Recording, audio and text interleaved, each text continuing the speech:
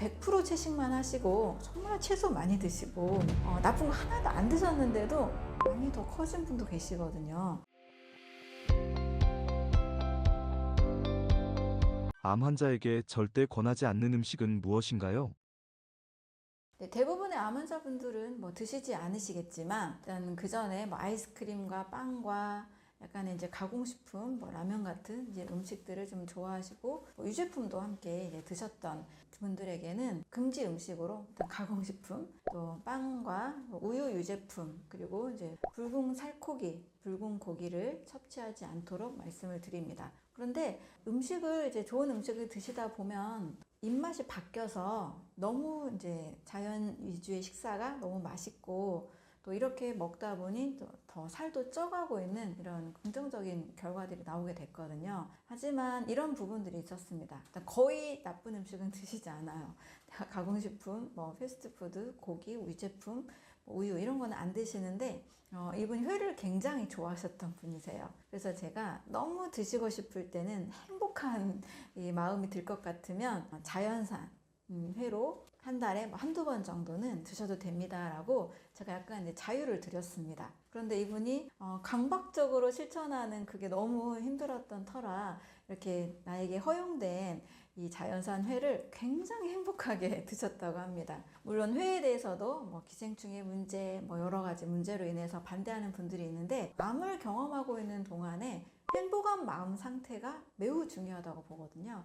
그래서 이분이 너무 좋아하시는 뭐 특별히 가공식품이나 우유 유제품 고기가 아닌 이상 가끔씩 허용을 하고 있습니다. 그랬을 때 일단 이분이 마음이 행복해지고 이제 자율신경에서도 이제 부교감신경이 이제 항진이 되니까 저는 더 면역력이 좋아져서 그것으로 인해서 큰 해로움보다는 더 면역력이 올라가고 더 행복한 상태가 된다고 보고 있습니다. 가장 이제 금지했던 음식은 일단은 가공식품이죠. 그리고 뭐 우유, 고기, 유제품, 뭐 빵 이런 음식이고 어떤 환자들은 살짝 고백하기를 아주 조금 떼어서 먹었다고 하더라고요. 빵도 조금 먹고 라면도 조금 먹었는데 진짜 행복하게 드셨대요.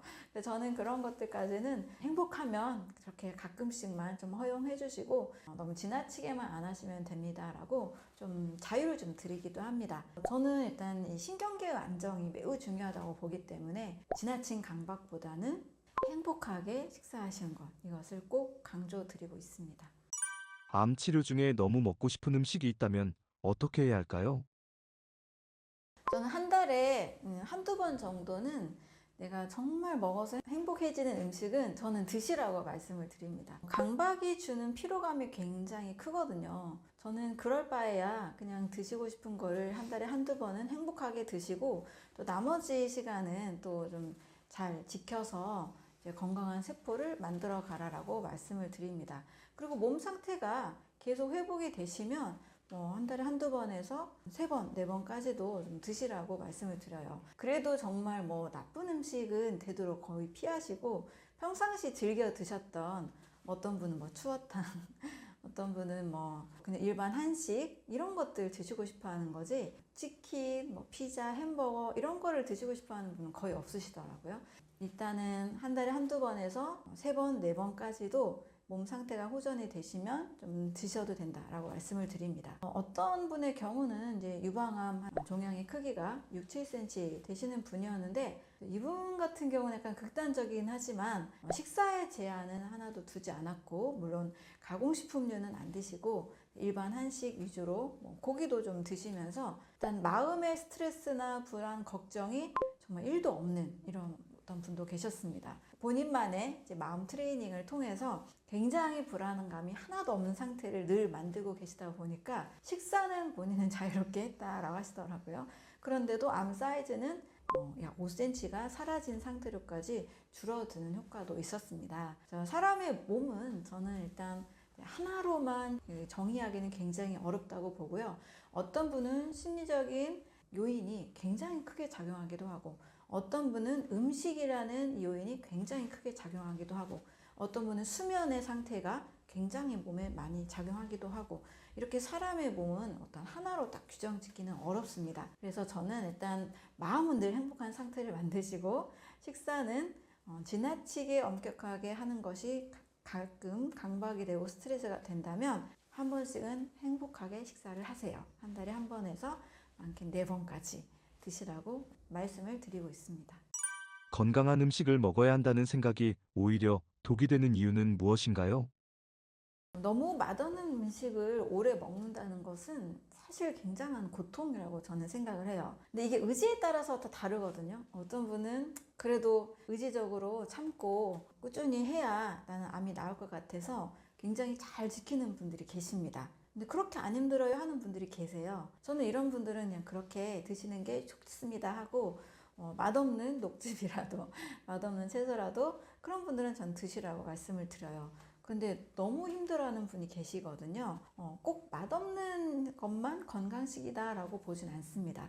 그래서 그럴 때는 과일도 좀 같이 드시면서 먼저 과일 드시고 그다음 뭐 채소즙, 녹즙을 드시는 것도 하나의 좀 대안이 될 수 있고 오랜 시간, 1시간에서 1시간 반 정도까지 저는 상담을 하면서 이 정도 지키는데 어느 정도의 노력이 필요할까요? 라고 해서 그분의 의지와 잘 맞춤 조절을 해서 식단을 짜드립니다. 너무 고통스럽게 드시는 것만이 저는 다 정답은 아니다. 아무리 뭐 녹즙이라도 너무 고통스럽게 드신다고 해서 다 해결이 되진 않는다라고 말씀을 드립니다. 왜냐하면 제가 또 다양한 케이스를 경험을 해봤는데요. 정말 100% 채식만 하시고 정말 채소 많이 드시고 나쁜 거 하나도 안 드셨는데도 암이 더 커진 분도 계시거든요. 그분은 마음의 스트레스 상태를 전혀 개선을 하지는 않으신 상태였습니다. 예전과 똑같은 마음으로 똑같은 생각으로 굉장히 강박을 가지고 100% 식단을 다 하셨음에도 불구하고 암은 더 커지고 더 전이가 되는 일도 있었습니다. 그래서 저는 사람의 몸은 정말 음식이 다가 아니다. 네, 일단 라이프 스타일, 심리 상태, 또 수면 이런 모든 것들이 함께 작용을 하기 때문에 너무 고통스러운 건강식을 선택하는 것보다 어느 정도 좀 내가 지킬 수 있는 것들을 좀 조절을 하면서 행복한 마음 상태를 반드시 만들어 가시는 것을 강조를 드리고 있습니다. 간 수치가 좋지 않다면 어떻게 해야 할까요? 간 수치가 이제 올라간다는 것은 가장 많은 것은 일단 나쁜 음식, 가공식품 먹었을 때 하고요. 또 정제 탄수화물 먹었을 때, 그 다음은 이제 약을 먹었을 때입니다. 약을 드시는 분들은 간에서 1차적으로 독으로 인식을 해서 해독을 합니다. 그래서 간 수치가 올라갈 수밖에 없습니다. 그 어떤 음식보다도 그래도 화학약품인 약이 제일 독하다라고 봅니다. 그래서 첫 번째로 가장 우리가 간 수치가 올라가고 간이 손상될 것에 대해서 걱정해야 되는 것은 그 어떤 음식보다 바로 약물입니다. 약물만큼 독한 게 없거든요. 약은 일단 한면은 독성이기 때문에 간 수치가 반드시 올라가는 약들이 상당히 많이 있습니다. 그 다음에 조심해야 될 것은 이제 나에게 첨가물이나 그다음에 과식하는 음식들 이런 것들이고 사실 뭐 녹즙으로 인해서 간 수치가 나빠지고 간이 손상됐다? 이거는 저는 좀 맞지 않다고 봅니다. 물론 어떠한 특이한 민간요법을 통해서 만들어내는 어떤 성분들도 있는 것 같아요. 그런 모든 약간 증명되지 않은 누가 나았다고 해서 먹는 그런 어떤 민간요법의 그런 것들까지는 저도 추천은 하지 않습니다만 뭐 채소즙, 녹즙, 이것은 막스것은 치료법에서도 사과와 여러 채소즙을 통해서 간의 해독을 증가시키거든요. 그래서 대부분 제가 식이요법을 권하는 분들은 과일과 채소, 그다음 소화 잘 되는 음식들을 권했을 때 간 수치가 오히려 더 정상이 되고 회복이 됩니다. 녹즙을 먹어서 간 수치가 파괴되고 이런 것은 그것으로 인해서가 아니고 저는 다른 약물 치료를 병행했기 때문에 그것으로 인한 간 수치 상승이 더 높은 쪽이 더 맞다고 봅니다. 그래서 녹즙을 먹어서 간 수치가 손상되고 어떤 영양제를 너무 오래 먹어서 간 수치가 간과 신장이 망가지고 이보다 더 독한 것은 약물이다 라고 저는 더 말씀을 드리고 있습니다. 마음가짐이 암에 미치는 영향이 클까요? 우리 한국인들이 이제 암에 걸린 분들의 다 그런 건 아니지만 어떤 패턴을 보면 항상 이제 교감신경이 항진된 상태라고 볼 수가 있습니다. 굉장히 열심히 사시고 굉장히 시간을 쪼개서 많은 일을 하시고 바쁘게 사시고 여유를 하나도 갖지 않은 채 늘 그렇게 긴장된 삶을 살다 보면 우리 보면 면역 체계가 확 달라집니다. 그 반대의 신경, 부교감 신경이죠. 뭔가 좀 릴렉스된 상태, 이완된 상태, 편안한 상태를 하루 중에 저녁이 되면 이제 이완된 상태로 늘 만들어야 됩니다. 그럼 몸이 다시 회복을 하거든요. 이 교감과 부교감 신경이 조화롭게 잘 밸런스 있게 작동을 하면 이제 우리 몸의 면역 체계가 크게 막 뒤집어지고 너무 바닥이 되고 이런 현상들은 막을 수가 있습니다. 암 환자들 어떤 세미나, 암치료 세미나 같은 데 가면 박수 치면서 웃는 웃음 치료 많이 하시잖아요. 박수를 치는 것, 또 웃는 것, 그 순간에 우리 몸은 교감신경이 저하되고 부교감신경이 항진된 상태로 바뀝니다. 면역 세포들이 면역을 활발하게 할 수 있는 상태로 만들어주는 거죠. 그래서 암 환자들에게는 일단 부교감신경 강화 요법이 굉장히 필요합니다. 그게 뭐 웃음 치료가 될 수도 있고요. 또 제가 늘 많이 강조하는데 감사합니다. 네, 100번 하세요. 늘 감사할 걸 생각을 하고 뭐 적어 보시는 것도 좋습니다. 이제 이런 것들. 또 부교감신경이 항진되기 위해서는 이제 발바닥을 또 많이 자극할 수 있는 발 마사지, 족욕, 반신욕 이런 것들도 좋습니다. 그래서 마음에 일단은 환자로서 뭐 지키고 뭐 안 해야 되고 어떤 그런 강박적인 접근보다는 좀 마음을 좀 내려놓고 너무 열심히 살고 너무 바쁘게 살고 긴장하며 살았구나. 이제 좀 바꿔보자. 나의 삶을 조금은 여유 있게 현재 내게 주어진 것들을 좀 좋아하고 기뻐하고 감사하면서 좀 현재에 집중하는 삶, 여유로운 삶, 이렇게 좀 편안하고 행복한 마음 먼저 만들어져야 그 다음에 몸도 이제 면역 체계도 안정적으로 자리 잡힙니다. 물론 몸이 좀 편해져야 마음이 편해져요. 이것도 물론 틀린 말은 아니에요. 너무 맞는 말씀입니다. 그러나 이것에만 의존을 하다 보면 몸의 상태에만 계속 집중하게 되고 신경이 온통 거기로 쓰이게 되고 음식 하나하나를 너무 따지고 가리게 되는 강박에 쌓이기가 쉽거든요. 건강한 몸이 될 수 있다. 내 몸의 세포는 늘 바뀔 수 있다. 나는 건강한 몸으로 회복될 수 있다. 이런 좀 안심을 하시면서 내가 좋아하는 것, 즐거운 것, 좀 신경을 내 몸에 집중하지 않고 내가 좋아하는 그 어떤 다른 것에 집중을 하다 보면 오히려 몸이 더 안정화가 되고 질서가 잡히는 형태로 면역계가 다시 활발하게 움직이게 됩니다. 그래서 암 환자분들은 저는 일단 마음 상태를 좀 편안한 마음 상태, 또 뭔가 좀 즐거운 다른 어떤 대상이나 다른 것에 좀 신경을 쓰시는 것을 너무 중요하게 말씀을 드리고 있습니다. 폐암 사기를 이겨낸 분은 어떤 마음가짐이셨나요? 이분 같은 경우는 환자 같지 않다라는 느낌이 첫 번째 굉장히 강하게 들었습니다. 뭐 폐에 물도 차고 뭐 암 수술까지 하시고 말기고 뼈까지 전이된 상태를 하셨는데 일단 첫날 오셨을 때도 사실 그렇게 암 환자 같은 느낌이 많이 없으셨고 난 다 내려놨다라고 말씀을 하셔서 좀 상당히 인상적이었습니다. 뭐 그동안 열심히 잘 살았고 자녀도 잘 키워서 그렇게 뭐 오래 살지 않아도 괜찮아요 라는 생각도 마음에 좀 가지고 있으시더라고요. 그렇다고 살고 싶다는 의지가 없는 건 아니셨고요. 약간 내려놓는 마음 상태에서 내가 뭐 영양과 또 해독에 집중하고 싶다. 식단을 이렇게 좀 받고 싶다라는 안내를 좀 받으러 오신 상태였습니다. 성격 자체가 굉장히 좀 호탕하고 좀 낙천적이시고 에너지가 많은 이제 분이셨어요.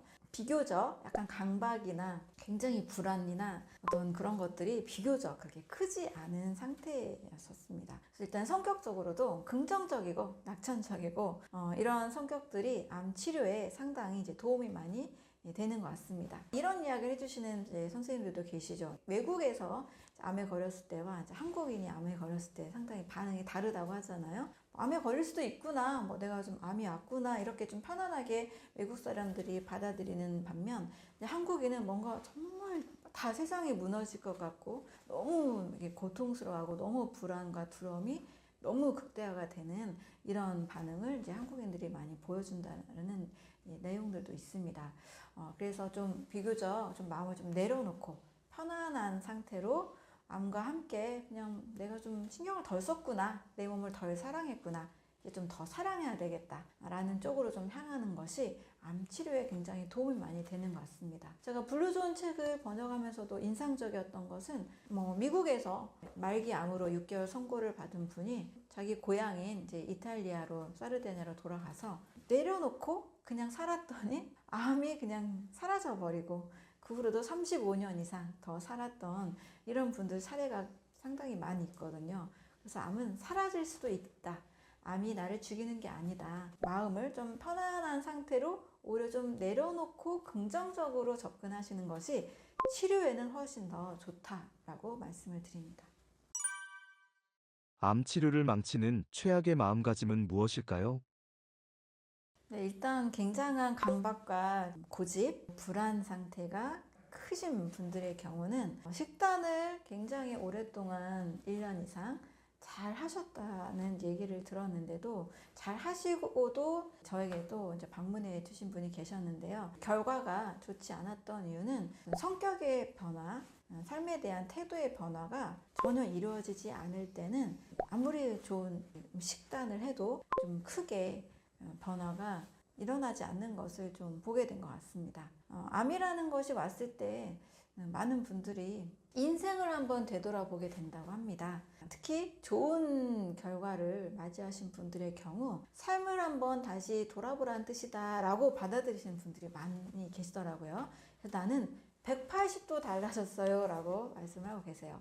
마음 트레이닝을 많이 하시는 분들의 경우도 예전은 굉장히 강박이 심하고 불안이나 너무 열심히 살았던 이런 것들이 일단 스탑하라는 뜻으로 받아들였다라고 얘기를 하십니다. 나를 돌아보고 가족을 돌아보고 또 인생을 한번 다시 돌아보고 재정비를 하면서 이제 태도를 확 바꾸신 거예요. 그래서 강박의 삶이 좀 여유 있는 삶으로 이제 불안과 두려움이 좀 내려놔지고 당장 좀 내가 아프고 좀 나빠지더라도 그래도 일단 사는 동안 행복하게 살아야겠다. 가족들과 함께 즐거운 시간, 의미 있는 시간을 만들어야겠다.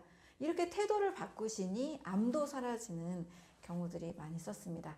일단 강박, 불안, 두려움 이런 것들이 너무 하나도 바뀌지 않은 상태에서는 크게 좋지 않은 사례들도 보게 됐습니다. 이 부분도 꼭 저는 신경을 쓰시라고 말씀을 드리고 싶어요. 미토콘드리아의 기능장애는 왜 생기나요? 우리가 좋은 음식을 먹고 좋은 감정을 가지고 잘 자고 운동을 하면 사실 세포가 손상될 리가 없겠죠.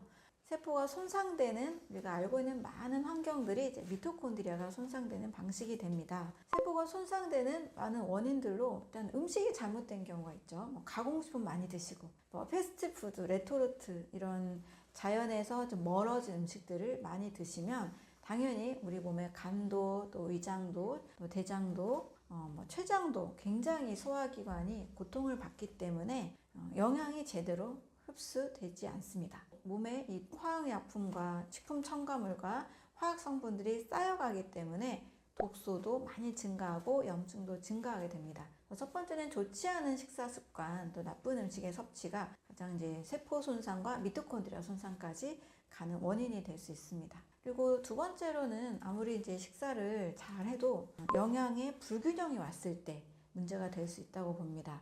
건강한 식단을 꽤 오랫동안 하셨는데도 몸에 이제 흡수가 잘 되지 않고 마른 분들이 계시거든요.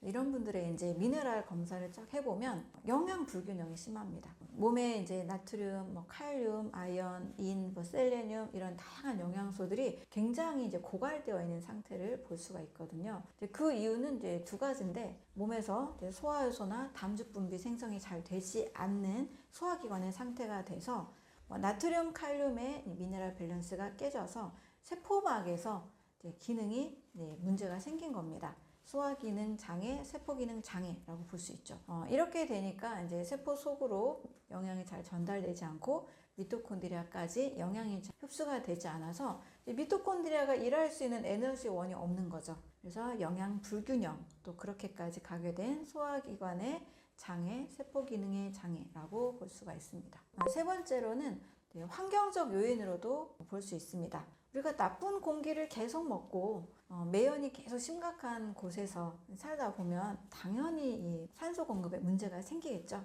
그래서 미토콘드리아 손상은 암세포는 무산소 호흡을 하는 특징을 가지고 있고 거기서 미토콘드리아의 대사 이상이 오기 때문에 좋은 공기를 마실 수 없는 나쁜 환경오염, 또 매연, 또 이런 미세먼지 이런 것들도 미토콘드리아 손상으로 볼 수 있습니다. 네 번째로는 스트레스라고 볼 수 있습니다. 스트레스를 받았을 때 자율신경에 이제 불균형이 오게 되죠. 그러면 이제 소화, 효소 분비, 위장 기능의 움직임, 혈액순환 모든 것들에 문제가 생기게 되죠. 그래서 스트레스 관리, 자율신경을 잘 조화롭게 균형 잡게 만드는 것 이것이 세포 건강 그리고 미토콘드리아의 건강에 아주 중요한 요소로 볼 수 있습니다. 이 네 가지를 좀 잘 챙기신다면 암과는 멀어지는 또 세포가 튼튼한 신진대사가 튼튼한 몸이 될 수가 있습니다. 건강의 핵심 두 가지는 무엇인가요? 연구소에는 정말 다양한 질병을 가진 분들이 많이 오고 계시는데 저는 어떤 특정한 생활습관의학 전문의 라이센스가 있으나 어떤 특정 암 전문의, 어떤 자가면역 전문의, 어떤 전문의가 아니죠. 하지만 제가 많이 강조하는 것은 회복의 과학적 원리를 두 가지로 꼭 말씀을 드립니다. 세포 기능 강화, 그러기 위한 신진대사 강화입니다.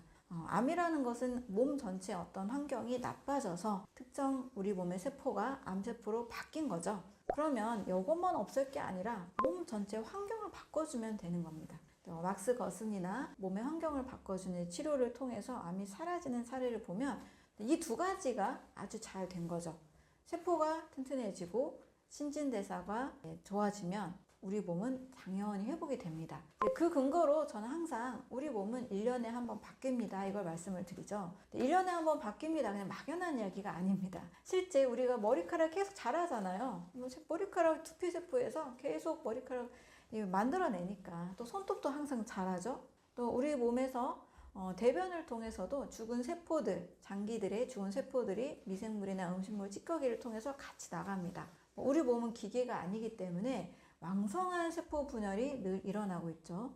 1분 안에도 몇천 개의 세포들이 계속 만들어집니다. 이렇게 수많은 세포들이 계속 만들어지기 때문에 그 과정에서 암세포도 만들어지는 거거든요. 그래서 세포 분열에 저는 굉장히 집중을 합니다. 실제 연구소에서 실험실에 저는 세포를 다루고 세포 분열이 일어나는 것을 늘 관찰을 하고 세포가 증식되는 것을 늘 봐왔기 때문에 이게 더 저는 와닿게 되는 것 같아요. 우리 몸은 늘 세포가 분열되고 있다. 뼈를 제외한 모든 몸은 1년에 한 번 바뀌고요. 적혈구는 4개월이면 한 번 바뀝니다. 한 달만 해도 암 환자들이 굉장히 상태가 좋아지고 회복될 수 있는 이유는 적혈구의 무려 4분의 1이 바뀌기 때문이죠. 피의 4분의 1이란 굉장히 큰 양이죠. 이 피의 4분의 1이 한 달 만에도 바뀌기 때문에 우리 몸은 엄청난 회복력을 가지고 있습니다. 그래서 신진대사를 강화시키고 신진대사가 강화된다는 것은 영양을 잘 흡수할 수 있게 해주고 독소를 잘 내보낼 수 있게 해주는 영양과 해독의 원리를 잘 따르는 식사법을 실천하는 겁니다. 신진대사가 잘 강화가 되면 당연히 세포로도 영양소가 잘 흡수가 되고 독소 배출이 잘 일어나게 되겠죠. 세포막과 미토콘드리아 기능이 튼튼해질 수 있습니다. 그래서 이 두 가지, 세포 기능과 신진대사 강화, 이 두 가지를 통해서 온몸의 세포를 건강한 세포로 바꿔주는 겁니다. 암세포를 제거하는 치료에만 집중하지 마시고 우리 몸을 건강하게 만드는 것에 더 집중을 하시면 암세포가 사라지는 것은 이제 시간 문제라는 거죠. 그래서 이 두 가지를 제가 중점적으로 했을 때 많은 분들이 일단 소화가 잘 되고 속이 편하고 힘이 나요. 이렇게 좀 체력이 좋아졌어요. 이런 긍정적인 변화를 이제 짧은 시간에도 경험을 하시게 됩니다. 이게 일주일, 한 달, 3개월, 4개월, 또 1년 이렇게 되면 우리 몸은 점점점 건강한 세포로 바뀌어져 있습니다. 그래서 회복의 과학적 원리니까요. 세포 기능, 신진대사 강화 두 가지 꼭 기억을 하시면 좋겠습니다. 간 수치가 안 좋을수록 채소 과일을 먹어야 하는 이유는 무엇인가요? 간 수치가 나쁜 상태에서도 과일과 채소 그리고 녹즙을 먹는 것은 원래 먹어야 되는 음식입니다. 사람에게 필요한 음식이고요. 양을 얼마나 지나치게 먹는지 이거는 조심해야 되겠지만 하루에 저는 한 잔에서 5잔까지는 암 환자들에게 권하고 있기 때문에 간 수치가 망가져 있는 상태 당연히 녹즙 드셔야 되죠. 네, 과일도 드셔야 되죠. 간세포에게 필요한 영양 성분이 바로 과일과 채소에 들어있거든요. 이게 밥이나 빵이나 고기나 우유나 항암제에는 들어있지 않은 성분입니다. 네, 간세포가 비타민과 여러 항산화 물질들 그리고 여러 아미노산들 이런 것들이 있어야 간세포가 재생도 되면서 해독을 하는 일을 아주 잘 해냅니다. 그래서 간에 영양제를 넣어주는 거거든요. 간 수치가 문제가 있는 상태를 하더라도 채소즙, 또 과일 당연히 드셔야 회복이 됩니다. 간 농양 상태에서 폐혈증까지 일어나는 간 농양이 심각한 분도 과일 식사만으로 3개월 꾸준히 하셔서 다 나아진 분도 계시거든요. 그래서 간 수치가 높은 것과 녹즙은 사실은 삼각관계가 없고요. 다른 요인으로 인해서 손상된 간세포를 반드시 과일, 채소의 항산화 성분들, 비타민, 미네랄로 이런 성분들이 오히려 회복을 시켜줍니다. 간 수치가 좋지 않다면 채소 과일 어떻게 먹으면 좋을까요? 간이 손상된 분들은 간에 필요한 비타민 A, C, E, 항산화 비타민이라고 알려져 있죠. 글루타치온을 많이 활성화시키는 다양한 안토시아닌, 플라보노이드, 레스베라트롤, 라이코펜, 다양한 항산화 성분들이 간에 아주 좋은 영양 성분이 될 수가 있습니다. 막스 거슨도 가장 중요하게 여겼던 그 성분이 바로 사과, 그리고 당근, 샐러리, 십자가 채소, 케일 같은 이런 성분들입니다. 저는 이 음식은 소화가 잘 되고 몸이 특별히 문제가 없는 이상 최대한 많이 드시라고 말씀을 드립니다. 하루에 500g에서 거의 1kg까지 드셔도 좋습니다. 사과 많이 드시면 일단 사과에 간 세포 재생이나 담석이 또 쌓이지 않도록 담즙 생성이 잘 될 수 있는 이 간의 상태를 만들어 줍니다. 당근에 들어있는 베타카로틴도 좋은 성분으로 다 알려져 있고요. 또 십자가에 들어있는 케일이나 방울 양배추나 브로콜리 같은 이런 성분들도 항암 성분으로 굉장히 좋기 때문에 간을 회복시키는 물질이라고 보죠. 일단 하루에 사과 하나 이상 꼭 드시는 것, 사과 500g까지 드시는 것, 사과 한 두세 개까지는 추천을 드리고요. 십자가 채소로 케일이나 브로콜리 같이 드시는 것, 또 당근도 식사 때마다 드시는 것, 너무 좋은 식단이 될 수가 있습니다. 그래서 간세포에는 반드시 비타민 A, C, E 그리고 항산화 물질이 필요하다. 이것을 기억하시면 되겠습니다. 폐암 사기 환자들은 어떤 운동을 하는 게 좋을까요? 암 환자에게는 몸에 좋은 환경을 만드는 것이 첫 번째 제일 중요하기 때문에 산소가 충분히 공급이 돼야 됩니다. 폐암 환자들은 사실 첫 번째로 공기 좋은 곳으로 가시는 것을 꼭 추천을 드리거든요. 여유가 되시고 여건이 되시면 나무나 숲이 좀 얼어진 곳에서 일주일에 최소 한 번에서 두 번은 저는 산책을 꼭 하시도록 권해드립니다. 폐암 환자니까 산소가 굉장히 중요하잖아요. 또 일반 모든 암 환자들은 공통적으로 산소 공급이 매우 필요합니다. 일주일에 한두 번 이상은 꼭 좋은 숲이 우거진 나무가 있는 곳에서 산책을 하시는 것을 첫 번째로 가장 중요하게 말씀을 드렸습니다. 그래서 여건이 되시는 분들은 이제 전원주택으로 이사도 가시고 또 그런 환경을 스스로 좀 많이 만드셨고요. 두 번째로는 일주일에 하루에 1시간씩 주 5일 이상 산책, 걷기를 꼭 하도록 말씀을 드립니다. 좋은 산소를 늘 호흡을 해야 되기 때문에 1시간 동안 걷기, 1시간 동안 또 할 수 있다면 달리기까지 하시는 것을 추천을 드렸는데요. 네, 하루에 40분씩 자전거를 꼭 하셨고 또 40분 정도는 또 근력 운동도 계속 같이 병행을 하셨습니다. 또 더 이제 몸이 이제 탄력을 받으면 의욕이 더 생기잖아요. 그랬더니 또 1시간 정도 산책을 꼭 더 하셔서 하루에 적게는 1시간, 많게는 3시간까지도 운동을 꾸준히 하시더라고요. 저는 하루에 1시간은 꼭 산책, 걷기, 또 빠르게 걷기 이것을 같이 꼭 추천을 드립니다. 그리고 집에 이제 아파트에 살고 계신다라면 계단 걷기 굉장한 이제 저항 운동이 되면서 유산소가 같이 됩니다. 허벅지가 굉장히 튼튼해지죠. 허벅지를 튼튼하게 만드는 그런 근력 강화 운동 하시는 것도 굉장히 좋습니다. 가장 기본적으로 하루에 1시간 충분한 산소를 잘 이제 호흡하시는 것. 이것은 모든 암 환자들에게 공통적으로 꼭 필요한 요소가 될 수 있습니다. 암 환자가 운동하는 데 있어서 가장 중요한 것은 무엇일까요? 충분한 산소 공급이죠. 가장 중요한 핵심은 암세포가 왜 생겼을까? 암은 무산소 호흡을 하는 특징을 가지고 있다. 왜냐하면 몸에 산소가 부족한 환경에서 정상세포가 암세포로 바뀌는 특징을 가지고 있기 때문이죠. 노벨상도 받은 학자가 연구한 내용이죠. 첫 번째는 이 산소 공급입니다. 운동도 역시 산소를 충분히 공급하는 것이 가장 중요한 목표로 하시는 것이 좋죠. 전립선암 3기 환자도 이제 정상 판정을 받은 분도 역시 하루에 1시간 걷기 그리고 몸이 더 좋아졌을 땐 달리기도 같이 병행을 하셨습니다. 가장 중요한 운동은 충분한 산소 공급입니다. 일단 걷든 달리든 자전거를 타시든 뭘 하시든 계속 우리가 이제 호흡을 통해서 산소를 잘 마시잖아요. 이 산소가 온몸에 피가 맑아지는 식단을 병행해서 건강한 혈액순환이 되면 이제 온몸에 산소 공급이 잘 됩니다. 산소가 잘 공급되면 당연히 세포 하나하나가 영양을 잘 공급받기 때문에 튼튼하게 되잖아요. 그래서 저는 하루에 1시간 충분한 산소 공급을 할 수 있는 걷기, 산책, 달리기, 이 운동이 중요하다고 보고 있습니다. 수많은 암 환자들을 상담하면서 드는 생각이 있으신가요? 암은 그동안 가족력, 유전자 이렇게 많이 접근을 했지만 확실하게 저는 암은 대사질환이다라고 말씀을 드립니다. 아무리 뭐 가족력이 많이 있어도 암에 안 걸리는 분들이 있고요. 또 가족력이 하나도 없는데도 암에 걸리는 분들도 계시거든요. 무려 이제 1931년도부터 노벨상을 받은 학자의 내용에 의하면 암은 세포의 대사에서부터 문제가 생긴 질환이다. 세포의 미토콘드리아 손상, 세포막 손상 이런 부분에서 세포가 제대로 에너지를 생성하지 못하고 미토콘드리아 변성으로 가게 됐을 때 이제 암세포가 된다라는 이야기들을 하고 있죠. 미토콘드리아를 또 자세히 들여다보면 세포의 성장 분할 횟수를 조절하는 역할을 합니다. 또 자동차의 엔진처럼 에너지를 만드는 역할을 합니다.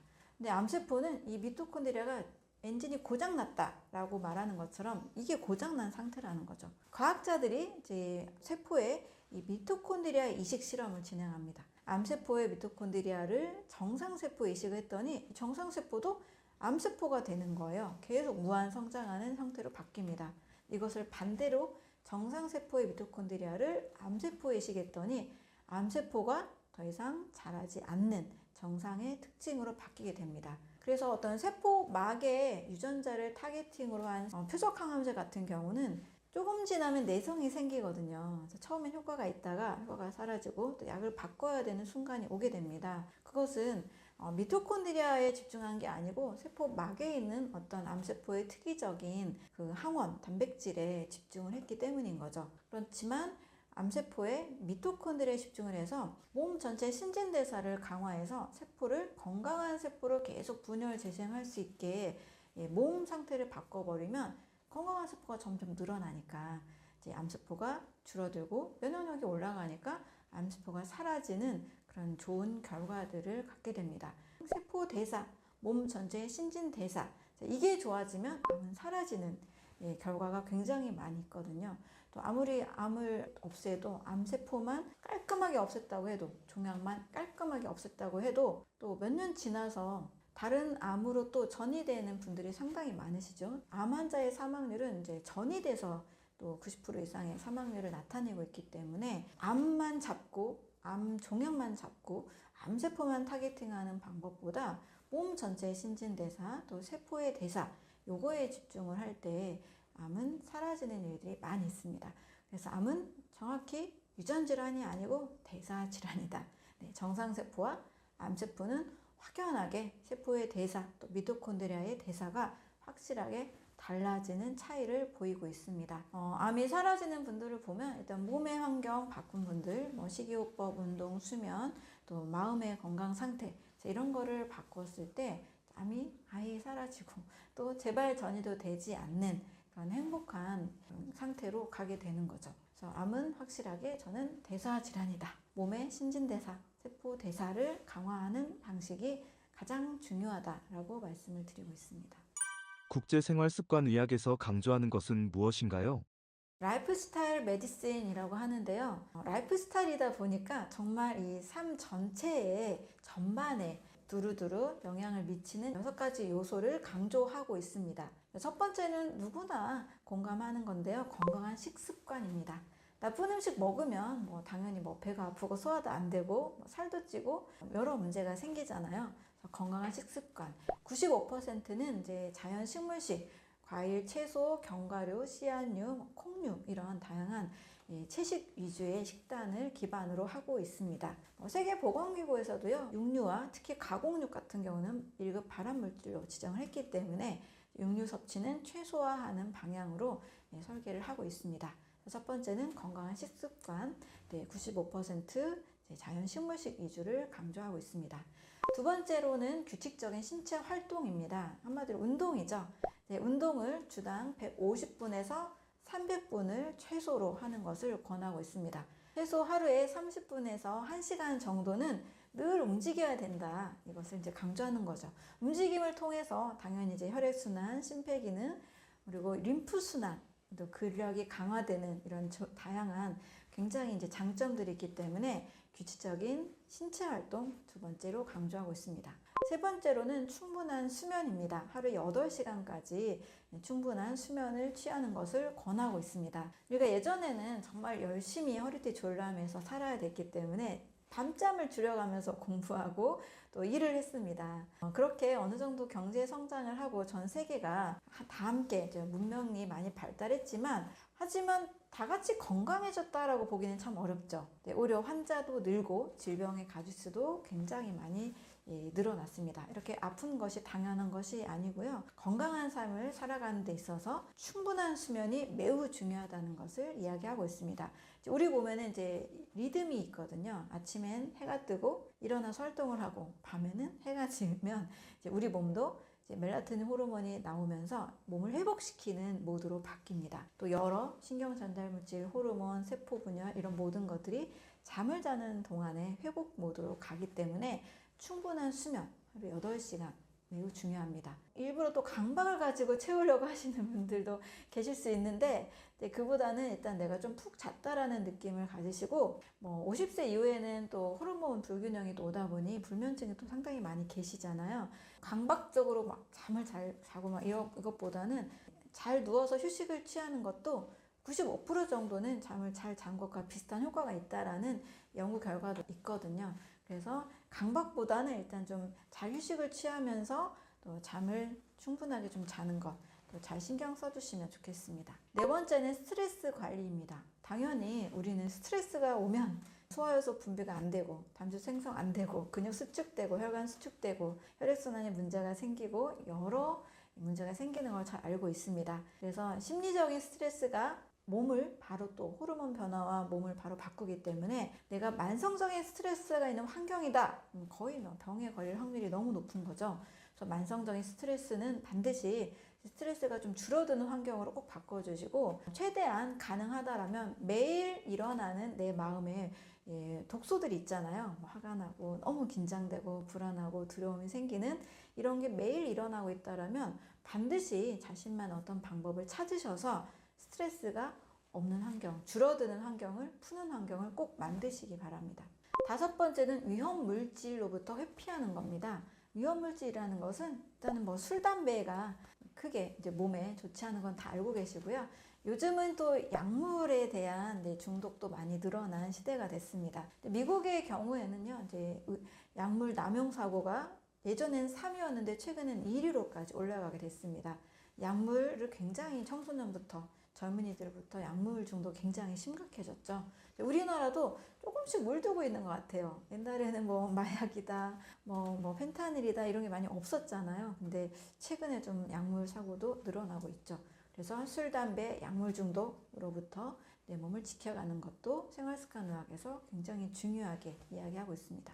여섯 번째는 긍정심리와 사회적 연결감입니다. 최근 이제 외로움과 고립이 질병과 사망에 굉장히 큰 요인이다라는 연구 결과들도 굉장히 많이 나오고 있죠. 그래서 부정적인 마음 상태, 스트레스 상태가 된 것처럼 부정적인 마음을 계속 안고 살다 보면 이제 몸은 만성적인 다양한 질환이 생길 수밖에 없습니다. 또 심리적으로도 친구든 가족이든 나랑 또 취향과 취미가 비슷한 어떤 동호회나 여러 가지 등 나와 뭔가 연결되어 있다라는 그 느낌을 가지고 사는 것이 굉장히 건강에 중요한 요소로 대두되고 있습니다. 그래서 사람은 이제 혼자 사는 존재가 아니잖아요. 우리가 이제 이런 얘기 많이 하는데 무인도에서 정말 명품을 다 두르고 맛있는 거 호텔 식사 매일 나오고 호화로운 생활을 아무리 한다고 해서 우리가 정말 행복할까요? 라는 질문을 드리면 다들 잠깐은 좋겠지만 계속 행복할 것 같진 않다라는 이야기 하시거든요. 그것은 우리는 혼자 사는 존재가 아니고 마음을 나누는 어떤 사람들, 또 공동체, 친구들, 이웃들 이런 것이 꼭 필요하기 때문에 사회적 연결감에도 굉장히 건강에 중요한 요소가 됩니다. 이 생활습관의학에서 강조하는 건강한 식습관, 규칙적인 신체활동, 충분한 수면, 스트레스 관리, 위험물질 회피, 긍정심리와 사회적 연결감 최대한 이것과 좀 근접하게 나의 라이프 스타일을 질서 있게 잘 만들어 가시면 좋겠습니다. 면서 느끼신 공통점이 있나요? 많은 암 환자분들이 공통적으로 일단은 이 혈액순환의 장애, 뭐 손발도 굉장히 차갑고 몸의 일부, 배나 어떤 몸의 일부들이 많이 차갑다라는 공통점이 있습니다. 일단 혈액순환이 잘 이루어지지 않고 이 체온의 항상성 유지가 잘 되지 않기 때문에 일어나는 현상입니다. 그리고 이제 체액이 산성 체질에 가까운 분들이 많습니다. 몸에 필요한 미네랄들이 이제 부족하니까 한국인들이 쌀밥을 많이 먹잖아요. 그럼 이제 인성분이 증가하면서 산성 체질로 가게 됩니다. 또 뭐 고기를 많이 먹어도 마찬가지고요. 이런 것들을 조절해야 되는 게 이제 미네랄인데 미네랄 부족으로 인해서 산성 체질로 계속 가게 되는 거죠. 이런 현상들로 인해서 이제 몸의 일부 림프 부종이 일어난다거나 순환이 잘 되지 않아서 이제 목이나 어깨가 상당히 아프고 저류되어 있는 것들을 현상들을 볼 수 있게 됩니다. 암 환자분은 일상생활에서 피로도가 많이 증가하는 방향으로 갔을 때 우리가 신호를 알아차리는 것이 중요합니다. 이렇게 몸에 순환이 안 되고 림프액이 계속 쌓이게 되고 림프관이 막히게 되고 산성 체질을 향하게 될 때는 일단 몸에서 항상성 유지가 제대로 잘 되지 않고 면역력이 잘 일어나지 않게 되는 거죠. 면역 기능이 상실되게 됩니다. 따라서 몸은 계속 이 염증을 극복하려고 하다 보니까 계속 피곤해지는 현상으로 나타나게 됩니다. 그래서 늘 손발도 따뜻하게 하고 체온도 일정하게 하고 피로가 없게 내 몸을 만드는 것, 체력을 늘 좋게 만드는 것, 이것이 가장 몸을 위해서 만들어야 되는 생활 습관이 될 수가 있습니다. 그런데 이제 암은 나는 다 이런 거 다 지켰어. 체온도 정상이야. 체질도 좋아. 알칼리 체질이야. 그리고 손발도 따뜻해. 이런데도 불구하고 암이 오신 분들도 계시거든요. 나는 정말 몸에 좋은 건강 음식만 찾아서 먹었는데도 암이 왔다. 이런 경우들도 사실 종종 있습니다. 이런 경우에는 제가 꼭 스트레스 상태를 많이 점검을 합니다. 좀 최근에 또는 몇 년 전에 많이 힘든 일이 있었는지를 여쭤봤을 때 어떤 가족관계, 직장 문제, 사업 상황, 여러 상황들이 극도의 스트레스에 달해서 굉장히 고통스러운 시절이 있었다라는 것을 말씀을 하십니다. 때로는 잠깐 이 대화를 하는데도 눈물을 흘리시는 경우도 계시는데요. 그만큼 이 너무나 지나친 스트레스는 우리의 몸을 항상성을 확 바꿔버립니다. 면역 기능을 수행하지 못하게 지나친 교감신경 항진 상태로 만들어서 면역세포들이 암세포를 제거하지 못하는 환경이 될 수밖에 없는 거죠. 염증이 해결되지 않고 계속 만성염증으로 갈 수밖에 없는 상태가 됩니다. 그래서 암 환자들의 심리적인 공통점이라고 해야 되나요? 이런 경우는 굉장히 큰 스트레스를 경험을 했다. 정말 너무 인생이 많이 힘들다. 너무 고통스럽다라는 상태를 이제 수개월, 수년 지속할 때 암을 경험하는 일들이 사실 많이 일어나게 됩니다. 국립암센터에서 암을 연구하고 깨달은 것은 무엇인가요? 암은 크게 몸의 요소, 그 다음에 마음의 요소 두 가지로 보면 몸의 요소에서는 이제 산소와 영양소가 충분히 공급되지 않는 상태, 그리고 마음의 요소에서는 교감신경이 지나치게 항진돼 있고 부교감신경이 제대로 작동하지 못하는 만성 스트레스 상태라고 보고 있습니다. 이 두 가지 상황에서 공통적으로 우리 몸은 적절한 산소와 적절한 영양소가 충분히 공급이 되고 몸속에 쌓여가는 독소들이 잘 해독이 돼야 되는데 이제 이 환경이 잘 이루어지지 않는 거죠. 특히 이제 암 환자분들의 경우 적혈구 상태도 봤을 때 적혈구의 연전 현상이라고 해서 적혈구들이 막 모여 있는 그런 경우들이 있습니다. 여러 이제 혈액 상태가 끈적해지거나 단백질이 너무 많다거나 독소가 너무 많은 상황에서 또 염증 상황에서 적혈구들이 이렇게 아무래도 모여 있다 보면 몸속 전체에 이 산소를 충분히 보내줘야 되는데 그 역할이 제대로 이루어지지 않고 또 영양소도 마찬가지가 되는 거죠. pH 페이퍼로 체질을 검사했을 때도 산성 체질이신 분들이 사실 많이 계셨습니다. 그래서 우리 몸에 암이 생길 수밖에 없는 환경이 됐기 때문에 내 몸의 세포가 암세포로 바뀌어서라도 내 몸에 충분한 산소와 영양소를 공급해 주려는 살기 위한 어떤 임시 방편이다 라고도 볼 수가 있는 거죠. 충분한 산소와 영양소, 그리고 독소가 제거되고 부교감신경과 교감신경이 잘 작동이 되는 적절하게 스트레스가 잘 제거되고 편안한 마음 상태가 유지되는 환경, 이 환경을 목표로 한다면 암이 줄어들고 사라지고 또 치명적인 위협을 가하지 않는 상황으로 쉽게 말하면 재발과 전이 되지 않는 상황으로 충분히 만들 수 있다고 저는 생각을 하고 있습니다. 암세포가 가지는 특징은 무엇인가요? 암이라는 것은 비정상적인 세포들이 어떤 통제를 벗어나서 꾸준히 성장하고 또 전이되는 특징을 보이는 병이라고 볼 수 있습니다. 그래서 암세포의 특징은 첫 번째는 일단 무한 증식하는 특징이 있죠. 우리가 암을 두려워하는 이유가 작은 혹이 나서 그대로 있다라면 아무도 무서워하지 않을 텐데 계속 이게 커지는 특징을 가지고 있잖아요. 이렇게 암이 무한 증식하는 세포로 변성된 이유는 여러 가지 유전자의 이제 변이가 따르게 됩니다. 그 중에 텔로미어라는 이 유전자가 또 이제 변이가 일어나게 되면서 정상적인 이 세포는 약 60회에서 100회 정도 분열을 하면 사멸되게 되어 있습니다.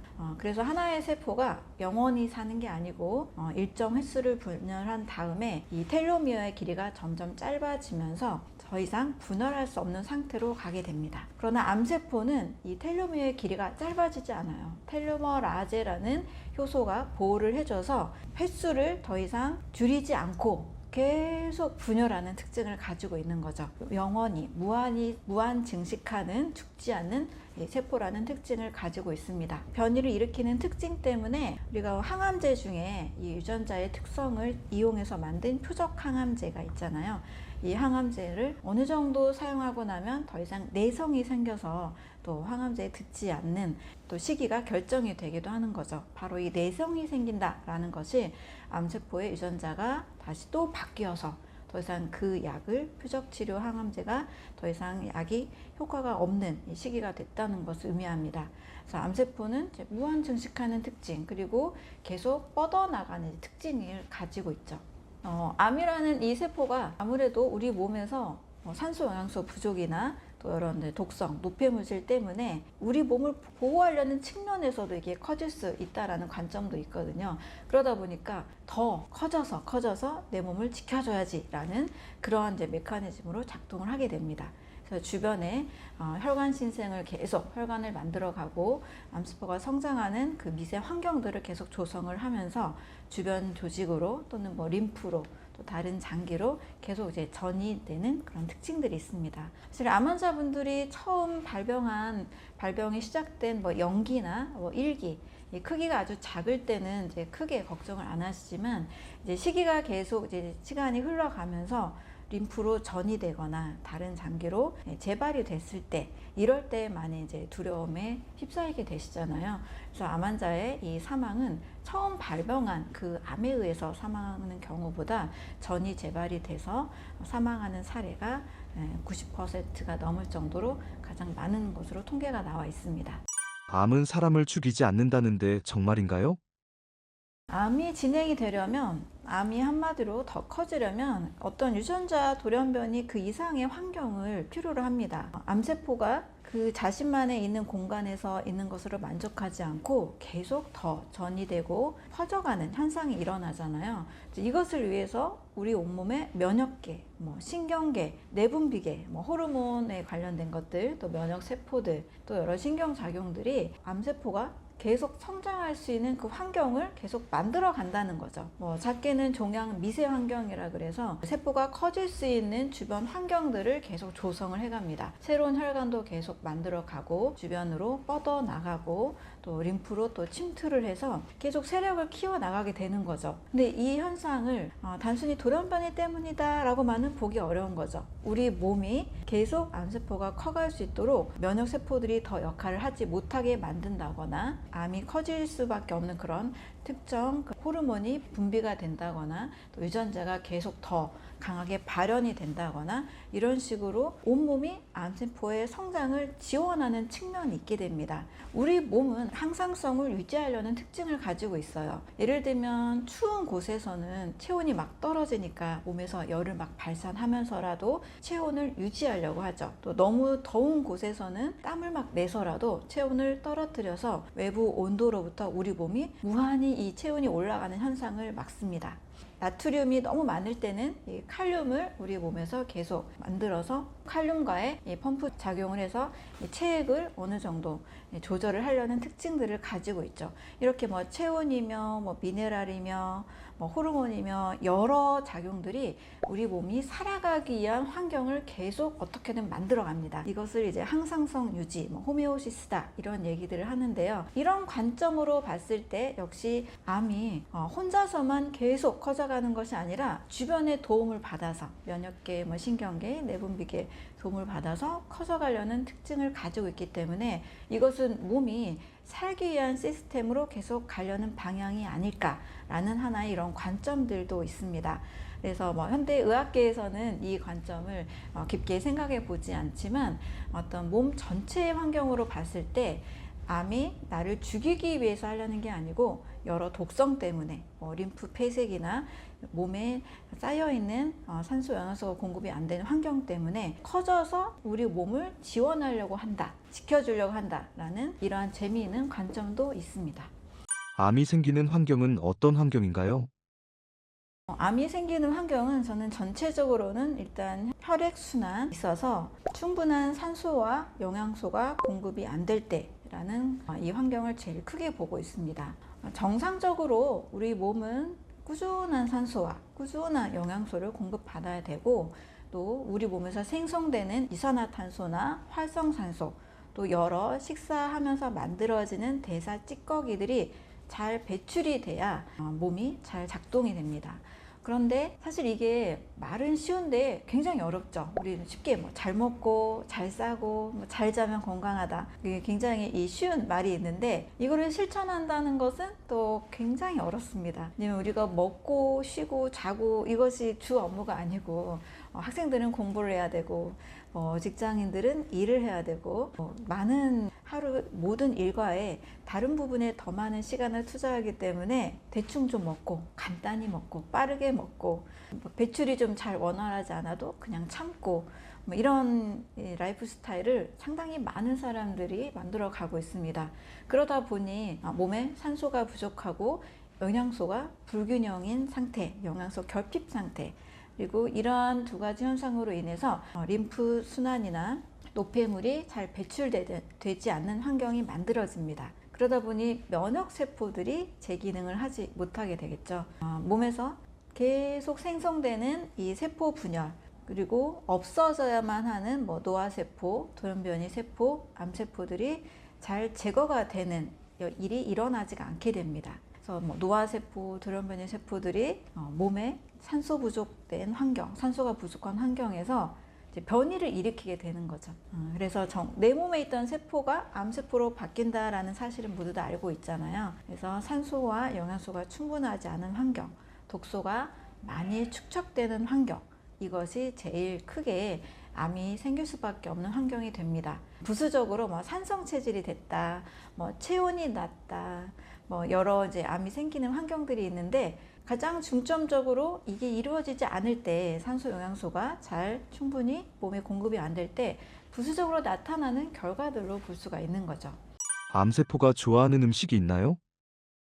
암세포 에너지원으로는 많은 사람들이 사실 포도당, 당분을 굉장히 기피하시게 되는데요. 암세포는 당분도 사용하고요. 당분이 부족할 때는 아미노산도 사용하고 또 아미노산이 없을 때는 지방산도 사용한다라는 연구 결과들이 사실 많이 있습니다. 하나의 영양소만 사용하는 것이 아니고 어떠한 영양소든지 암세포는 사용을 해서 비효율적인 이 대사를 거쳐서라도 암세포는 우리 몸을 지탱하기 위해서 살아남으려는 그런 다양한 전략들을 가지고 있습니다. 암이 단 하나의 영양소를 이용한다. 저는 이 관점은 지향하지 않습니다. 암 환자들이 보통 당분 섭취, 특히 과일 섭취 굉장히 두려워하시는 분들이 많으시더라고요. 하지만 우리 몸은 그렇게 단순하게 작동하는 기계가 아닙니다. 굉장히 복잡하게 움직이고 있기 때문에 암세포를 연구하는 많은 학자들과 논문들을 살펴보면 포도당도 이용하고 포도당이 없으면 아미노산도 이용하고 또 아미노산이 부족하면 지방산도 이용하고 어떠한 영양소를 이용해서라도 암세포는 살아남으려고 노력을 하게 됩니다. 사람들이 암을 왜 두려워한다고 생각하시나요?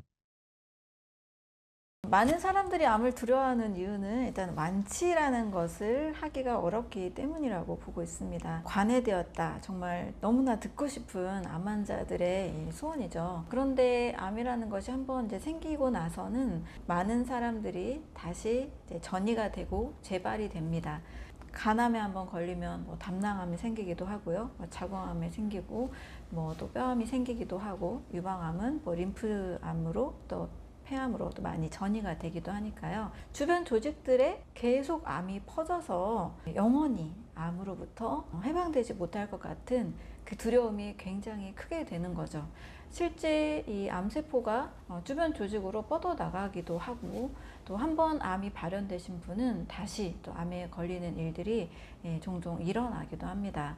이것이 암이 무섭다라는 그런 많은 공포를 갖게 되는 이제 특징인 것 같아요. 하지만 암에 대해서 제대로 또 이해를 해 나가는 좋은 방법은, 우리 온몸에 아무리 많이 암이 대부분 뭐 0기, 1기 이렇게 시작할 때 보면 몇 센치다 이렇게 얘기를 해주시잖아요. 너무 늦게 발견해서 전신에 다 퍼진 분들 외에는 보통 뭐 1cm, 2cm, 3cm 이렇게 이제 시작을 합니다. 그러면 그 숫자 자체는 우리 온몸에 있는 세포에 비해서 1% 미만으로 대략 계산을 할 수가 있게 되죠. 그러면 정상 세포는 99%, 정상 조직이 훨씬 더 많은 상태인데도 이 작은 1% 미만의 이 세포와 암세포에 너무 지나치게 두려워하는 특징들이 있습니다.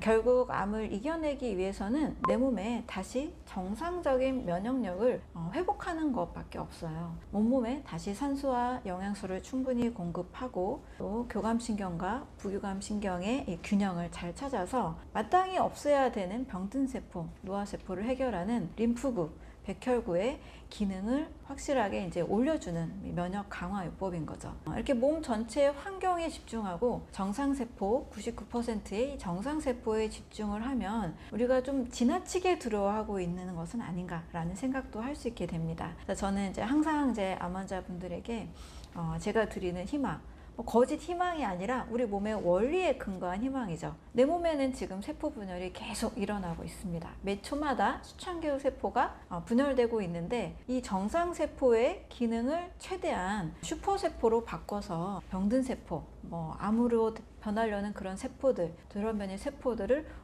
없애는 거에 집중을 하자, 이렇게 늘 이제 말씀을 드리거든요. 그러면 이 말이 거짓말이 아니고 또 잘못된 말이 아니기 때문에 이렇게 관점을 바꾸게 됩니다.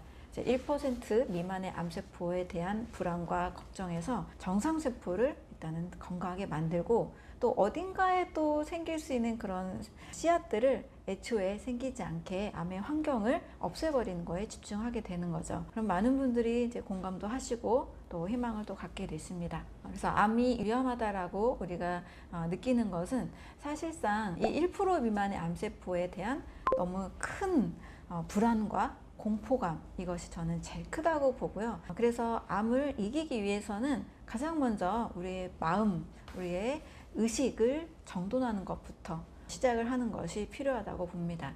그래서 좀 너무 두려움과 공포에 휩싸이지 마시고 몸 전체의 면역력을 올리는 것, 정상세포의 세포 분열에 집중하는 것, 몸의 환경을 충분한 산소와 영양소 공급에 집중하는 것, 이것에 신경 쓰다 보면 사실 체력은 점점 좀 좋아질 수 있고요, 면역력도 올라갈 수 있고요, 말랐던 분들도 또 잘 식사를 하시면서 또 살이 찌는 일들도 굉장히 많이 일어납니다. 이것이 진정한 관리로 갈 수 있는 길이 된다고 저는 보고 있습니다. 돌연변이 유전자, 암의 원인인가요? 유방암의 경우에 BRCA1이나 BRCA2 같은 유방암 발현 유전자가 원인으로 많이 지목이 된 경우는 사실 있습니다. 약 49% 정도가 이 BRCA1이 발견된 이 분들이 다시 이제 암이 생길 수 있다라는 가능성을 이제 50% 정도로 보고, 미리 조기에 이 유전자가 나오면 제거하자, 라는 이런 움직임이 있었던 유명한 어떤 여배우도 있었고, 또 그것에 동조해서 미리 유방을 제거한 사람들도 있습니다. 심지어 난소에서도 발견이 됐다가 돼서 난소도 제거한 사례도 있죠. 하지만 이것은 암에 대해서 유전자적 관점으로 봤기 때문에 우리가 좀 오류를 범할 수 있는 어떤 사건으로도 저는 보고 있습니다. 암이라는 것이 어떤 한 유전자의 발현에 의해서만 생긴다, 그러면 이 유전자만 없다, 그러면 암이 안 생기면 되는데, 모든 암이 다 동일한 유전자 또는 그 암마다, 특정 암마다 발생하는 유전자가 표준화되지 않아요. 절대. 유전자가 다 다릅니다. 물론 특정 유전자가 더 많이 발현되는 경우는 물론 있습니다. 그렇지만 이렇게 특정 유전자가 특정 암에 대해서 정해지지 않는다라는 것은 유전자가 암의 원인이 아니라는 결론을 우리가 생각해 볼 수 있는 거죠. 만약 유전자라면 유전자 치료를 해서 표적 치료를 해서 그 암이 사라져야 맞습니다. 하지만 절대 이렇게 하나의 항암제가 완치다 이렇게 되는 항암제가 아직은 없기도 하고, 또 그런 관점으로 암 치료가 다 성공적으로 이루어지지 않고 있다는 것은 잘 알고 있습니다. 그래서 암이라는 것은 유전자가 원인이 아니고 몸 전체의 어떤 비정상적인 이 환경 때문에 내 몸의 세포가 변이를 일으켰고, 그 변이된 특징을 보니까 특정 유전자들이 공통적으로 발견된 통계라고 저는 보고 있습니다. 미리 어떤 유전자가 나와서 그 장기를 제거해야 된다 라는 것은 사실 좀 저는 많이 말리고 싶고요. 몸 전체 환경을 바꾸자라는 것에 굉장히 많은 조언을 드리고 싶습니다. 암세포의 씨앗은 어떻게 시작되나요? 몸의 순환이 막힌다는 것은 이제 두 가지 순환에 문제가 있다고 볼 수 있습니다. 첫 번째는 혈액순환, 두 번째는 이제 림프순환입니다. 혈액순환을 통해서는 산소와 영양소가 공급이 되고, 림프순환을 통해서는 지용성 영양소나 지용성 영양소의 공급, 그리고 면역세포들의 이동 통로, 노폐물들의 이 제거가 되는 통로가 됩니다. 근데 이 순환이 두 가지 순환이 다 막히다 보면 일단 첫 번째로는 산소 공급, 영양소 공급이 잘 이루어지지 않겠죠. 그리고 두 번째로는 노폐물의 제거가 잘 이루어지지 않게 됩니다. 그래서 이제 많은 암 환자분들의 보면 같이 공통적으로 체온도 많이 떨어져 있고, 또 산성 체질에 가까운 것들을 볼 수가 있습니다. 이런 몸의 환경이기 때문에 백혈구들이 면역력을 잘 발휘를 해서 비정상적인 암세포들, 돌연변이 세포들을 제거해야 되는데 그게 잘 이루어지지 않는 거죠. 그래서 림프순환 억제, 림프 폐색이라고도 하고요. 또 혈액순환 장애, 여러 원인들에 의해서 혈액순환이 잘 이루어지지 않을 때 이제 막히다 보니까 백혈구의 면역작용이 잘 이루어지지 않아서 암세포의 제거 활동이 잘 이루어지지 않는다. 이렇게 보고 있습니다. 그래서 우리 몸에는 일단 노폐물이 잘 쌓이는 환경들을 최대한 막아야 돼요. 제가 해독을 강조하는 이유도 바로 이 노폐물이 몸속에서 각종 다양한 폐해를 일으키기 때문이죠. 면역세포가 가지도 못하게 하고, 또 염증을 계속 만들어냅니다. 그러면 몸속에서 다양한 미세 염증들이 일어나서 내 몸의 백혈구가 그것을 처리하느라고 굉장히 탈진하게 되는 거죠. 더 이상 염증들이 제거가 되지 않는 환경이 계속 지속이 되다 보면 이 염증들이 호기되고 양성에서 또 악성으로 또 바뀌게 되는 악순환이 일어나게 됩니다. 그래서 암세포는 일단 몸의 혈액순환 또 림프순환이 충분히 이루어지지 않는 뭔가 순환이 막힌 환경에서 이루어진다라고 보고 있습니다. 동물성 단백질이 정말 암의 원인인가요? 림프가 많이 막히고 또 몸의 순환을 방해하는 것 중에 하나가 동물성 단백질로 보고 있습니다. 실제 붉은 고기를 많이 먹는 사람들이 이제 대장암에 발병되는 확률이 35%, 또 가공육을 많이 먹어서 암에 걸린 사례가 49%를 차지하고 있습니다. 방광암, 유방암, 자궁경부암, 자궁내막암이나 식도암, 다양한 이 암들의 원인 중에 동물성 단백질을 많이 섭취해서 일어난 확률들이 이제 높은 결과가 나오게 된 거죠. 이랬을 때 왜 동물성 단백질이 몸의 순환을 막고 또 암의 원인을 만들어낼 수 있을까를 생각해 보면, 사람의 이 소화 효소에 더 적당한 단백질은 식물성 단백질이 가깝습니다. 육식동물이 아니라서 고기를 많이 지나치게 먹을 경우에는 우리의 위산이나 우리의 장기가 동물성 단백질의 이 노폐물들이 몸에 쌓여갈 수밖에 없는 구조입니다. 동물성 단백질의 노폐물은 대사산물로서는 암모니아나 요산 요소, 인돌, 스카톨 이런 성분들이 있는데요. 육식동물조차 이 노폐물들이 오래 머물지 않도록 장의 길이가 굉장히 짧습니다. 몸 길이 대비 1.5배에서 3배 정도 되죠. 근데 사람은 무려 6배거든요. 장의 길이가. 오래 머무를수록 그 노폐물 독성이 계속 몸속으로 흡수가 됩니다. 변비가 오랫동안 일주일 열흘 오래됐을 때 그 노폐물이 계속 혈관으로 흡수가 돼서 장내축을 이용해서 뇌로 가기도 하고 또 장간 순환에 의해서 간으로 쌓인다는 사실이 다 알려져 있잖아요. 이처럼 동물성 단백질이 사람의 소화효소로 100% 완벽하게 소화가 안 되고 남은 그 찌꺼기들은 우리 몸에서 염증의 원인이 될 수 있습니다. 이 염증은 몸에서 계속 축적이 되다 보면 좋지 않은 환경 내에서 또 더군다나 만약에 스트레스까지 같이 받는다 그러면 이제 면역 작용이 확 이제 일어나지 않게 되는 거죠. 그래서 염증 물질이 계속 쌓여가면서 혹이 되고 혹이 암으로 발전하게 됩니다. 실제 이 식물성 단백질과 동물성 단백질을 이제 비교하는 실험을 했을 때 힌지 실험을 통해서 20% 동물성 단백질의 위험성이 사실 발견이 됐습니다. 동일한 이 쥐에 아플라톡신이라는 그 발암 물질을 투여를 하고 나서 한 그룹은 5% 미만의 동물성 단백질을 급여하고 한 그룹은 20%의 동물성 단백질을 급여했습니다.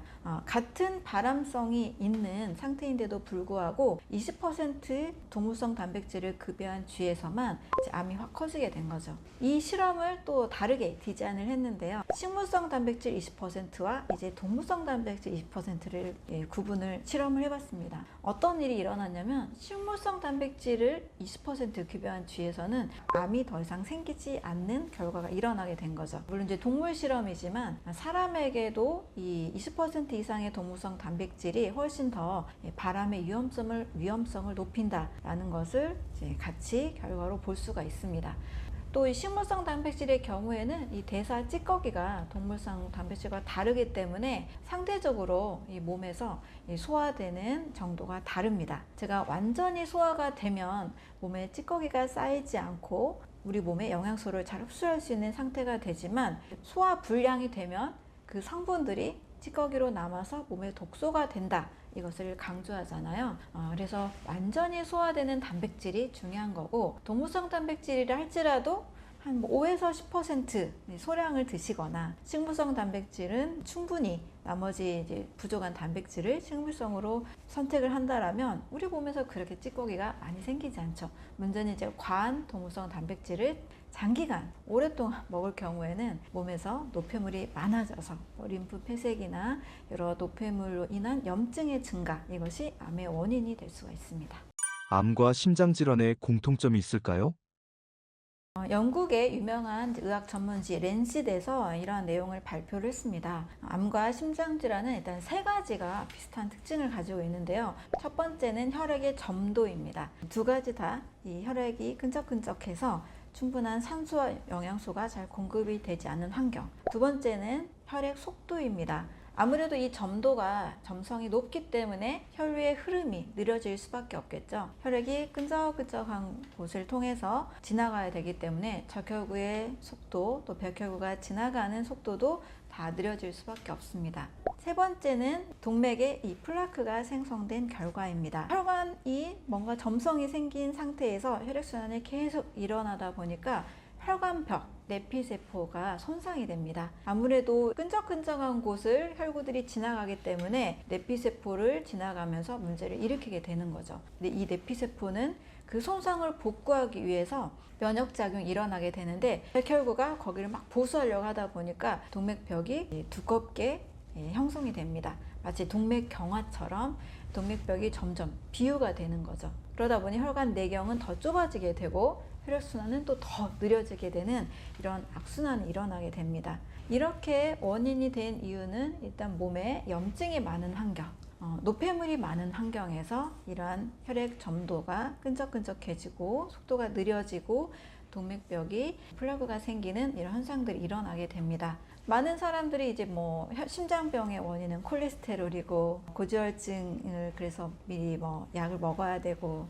포화지방이 원인이다 이렇게 이제 이야기를 하는데, 실질적으로 이 콜레스테롤 수치와 심장질환은 무관하다라는 것을 미국의 의학협회에서도 발표한 바가 있습니다. 그래서 단순한 지방이 아니고 몸에 염증이 생기는 환경, 또 혈액 순환, 혈액 점도, 혈액 속도, 또 동맥벽의 상태, 이런 것이 문제가 될 수가 있습니다. 트랜스 지방이 암을 유발하는 이유는 무엇인가요? 이 트랜스 지방으로 인해서 스페인 대학교 12,000명을 대상으로 연구한 결과 우울증이 증가하고, 또 이 우울증 환자들이 유방암에 걸릴 확률이 무려 4배 증가했다라는 결과가 있습니다. 하버드 의대에서 약 8년 동안 85,000명을 대상으로 연구를 했을 때 마가린의 섭취가 관상동맥 질환의 위험을 증가했다라는 연구 결과를 발표했습니다. 그래서 스페인에서는 실제 트랜스 지방이 함유된 제품을 아예 다 생산을 금지하기도 했고, 또 우리나라에서도 어느 정도 규제를 걸고 있지만 실제 생산된 제품에 트랜스 지방은 없을지라도 유통 과정에서 뭐 튀겨서 봉지에 담는 과정에서도 이 트랜스 지방이 생성될 수 있기 때문에 각별한 이제 주의가 필요한 상황입니다. 문제가 되는 이유는 트랜스라는 것은 한번 꼬였다라는 뜻입니다. 지방산의 일정한 구조가 한번 뒤집어지면서 인위적인 기름이 만들어지고, 이 기름이 세포막에 달라붙어서 세포가 제대로 기능을 수행하지 못하게 됩니다. 제가 세포 이 기능을 측정하는 검사를 해보면 세포막의 건강 상태가 사람마다 굉장히 이제 천차만별 달라지는 것을 볼 수 있는데요. 일단 굉장히 에너지가 없고 기운이 없고 일상생활을 할 수 없는 사람들의 이 세포막 건강 상태가 굉장히 많이 약해져 있는 것을 공통적으로 보게 됩니다. 또 에너지가 있고 체력이 괜찮은 분들은 이 세포막의 건강 상태가 좋은 것을 확인을 할 수 있는데요. 그 이유는 우리 몸이 에너지를 스스로 만들어내는 역할, 이 세포 속에 있는 미토콘드리아가 그 역할을 해주고 있는, 우리 몸은 자가 발전소입니다. 에너지를 계속 충분히 생산해야 되는데, 그러려면 세포막을 통해서 산소나 영양소 공급이나 또 세포 안에서 이루어지는 여러 대사 찌꺼기들이 잘 배출이 돼야 됩니다. 한마디로 이 세포막의 건강도가 굉장히 중요하다는 의미가 되는 거죠. 이 세포막은 이중 지질막으로 이루어져 있는데요. 이 막의 구조가 깨져 있거나 이 막에 정상적인 기름막 대신에 다른 기름이 이게 붙어 있다, 이럴 경우에는 세포 속으로 영양소 공급, 산소 공급이 잘 이루어지지 않습니다.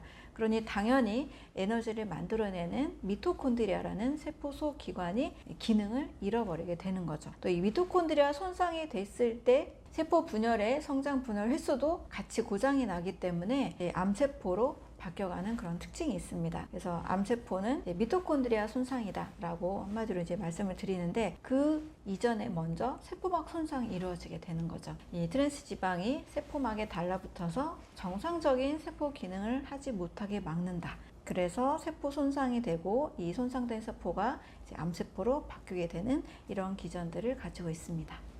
트랜스 지방이 가득한 최악의 식품은 무엇인가요?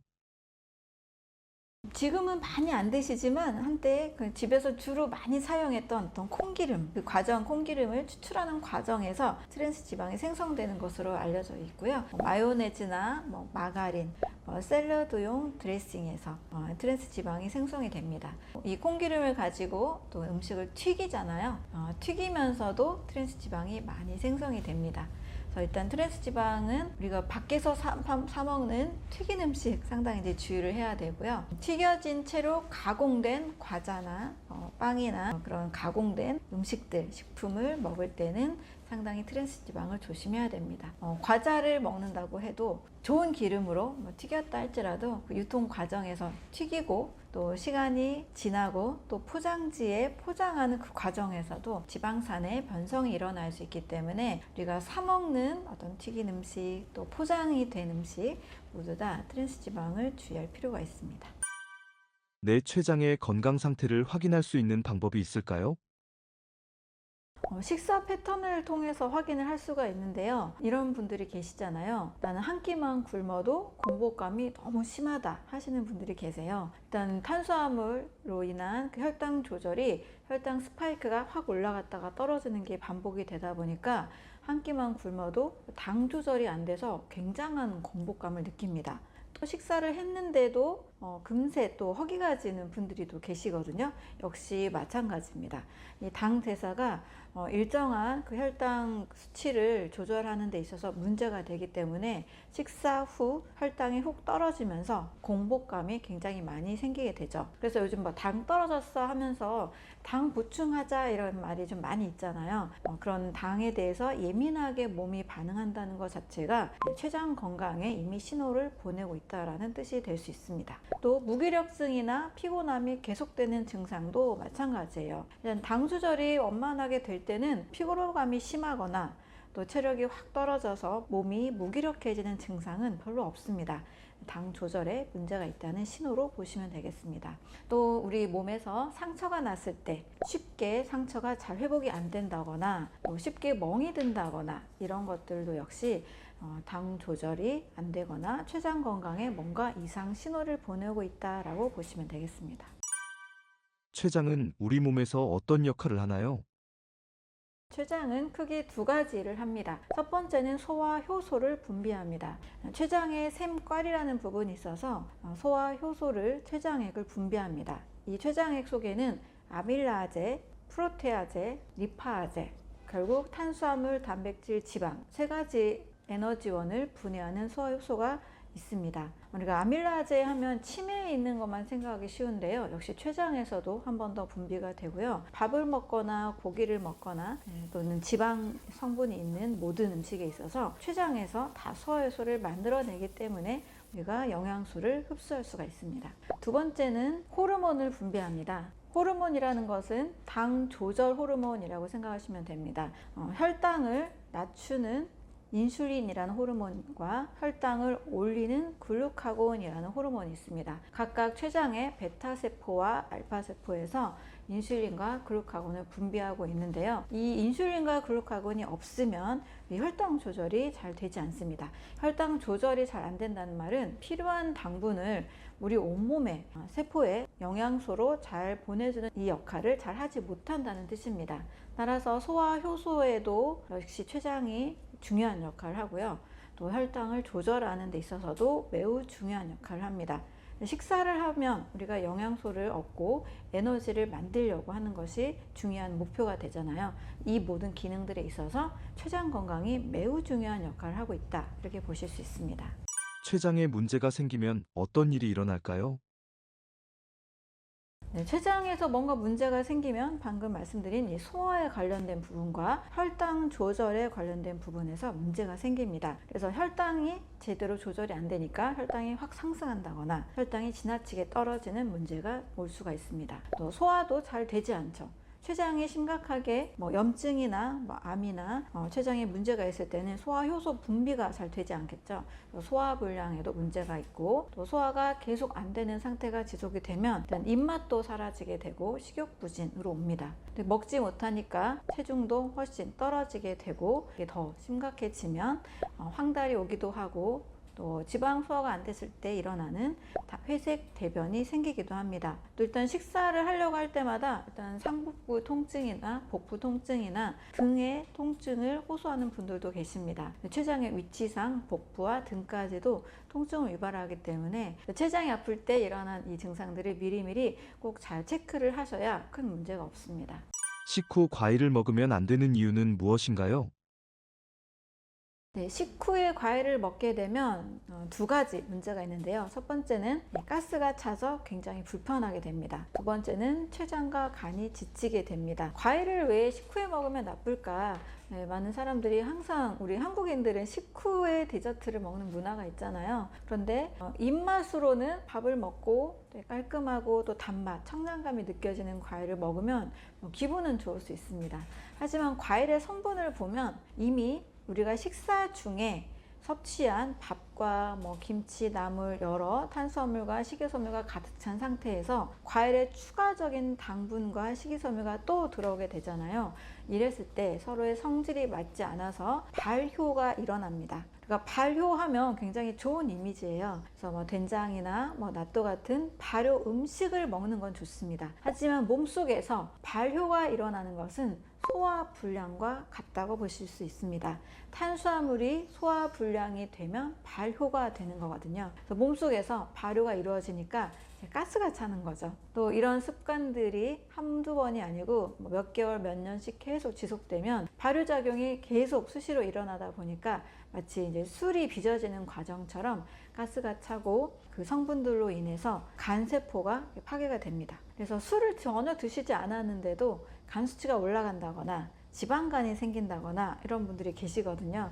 식후 과일 습관을 한번 의심해 보시면 좋겠습니다. 두 번째로는 이제 췌장과 간이 지치는 부분인데요. 바로 소화기에 무리를 준다라고 보시면 되겠습니다. 일단 소화불량 상태니까 몸은 어떻게든 이 소화불량을 해결하기 위해서 노력을 합니다. 소화불량으로 인한 여러 독소들이 생기기 때문에 이 간에서도 이걸 해독하기 위한 작용을 하는 거죠. 또 췌장도 어떻게든 또 소화를 시키려고 계속 애를 씁니다. 그래서 췌장, 간 이런 소화기관들이 발효가 일어나는 상황, 또 식후 과일 습관으로 인해서 굉장히 과로하게 되죠. 뭔가를 해결을 해야 되고 소화를 시켜서 영양소를 빨리 흡수해야 되다 보니까 과부하가 걸리게 됩니다.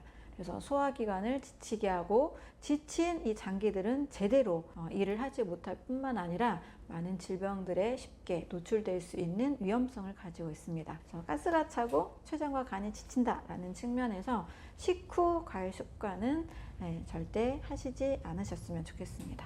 췌장 건강을 위협하는 최악의 밥상은 어떤 밥상인가요? 췌장에 하는 역할을 보면 일단 소화효소 분비 그리고 혈당 호르몬이 나오는 두 가지 역할을 볼 때 이것을 위협하는 식사를 자제하는 것이 중요하다고 볼 수 있습니다.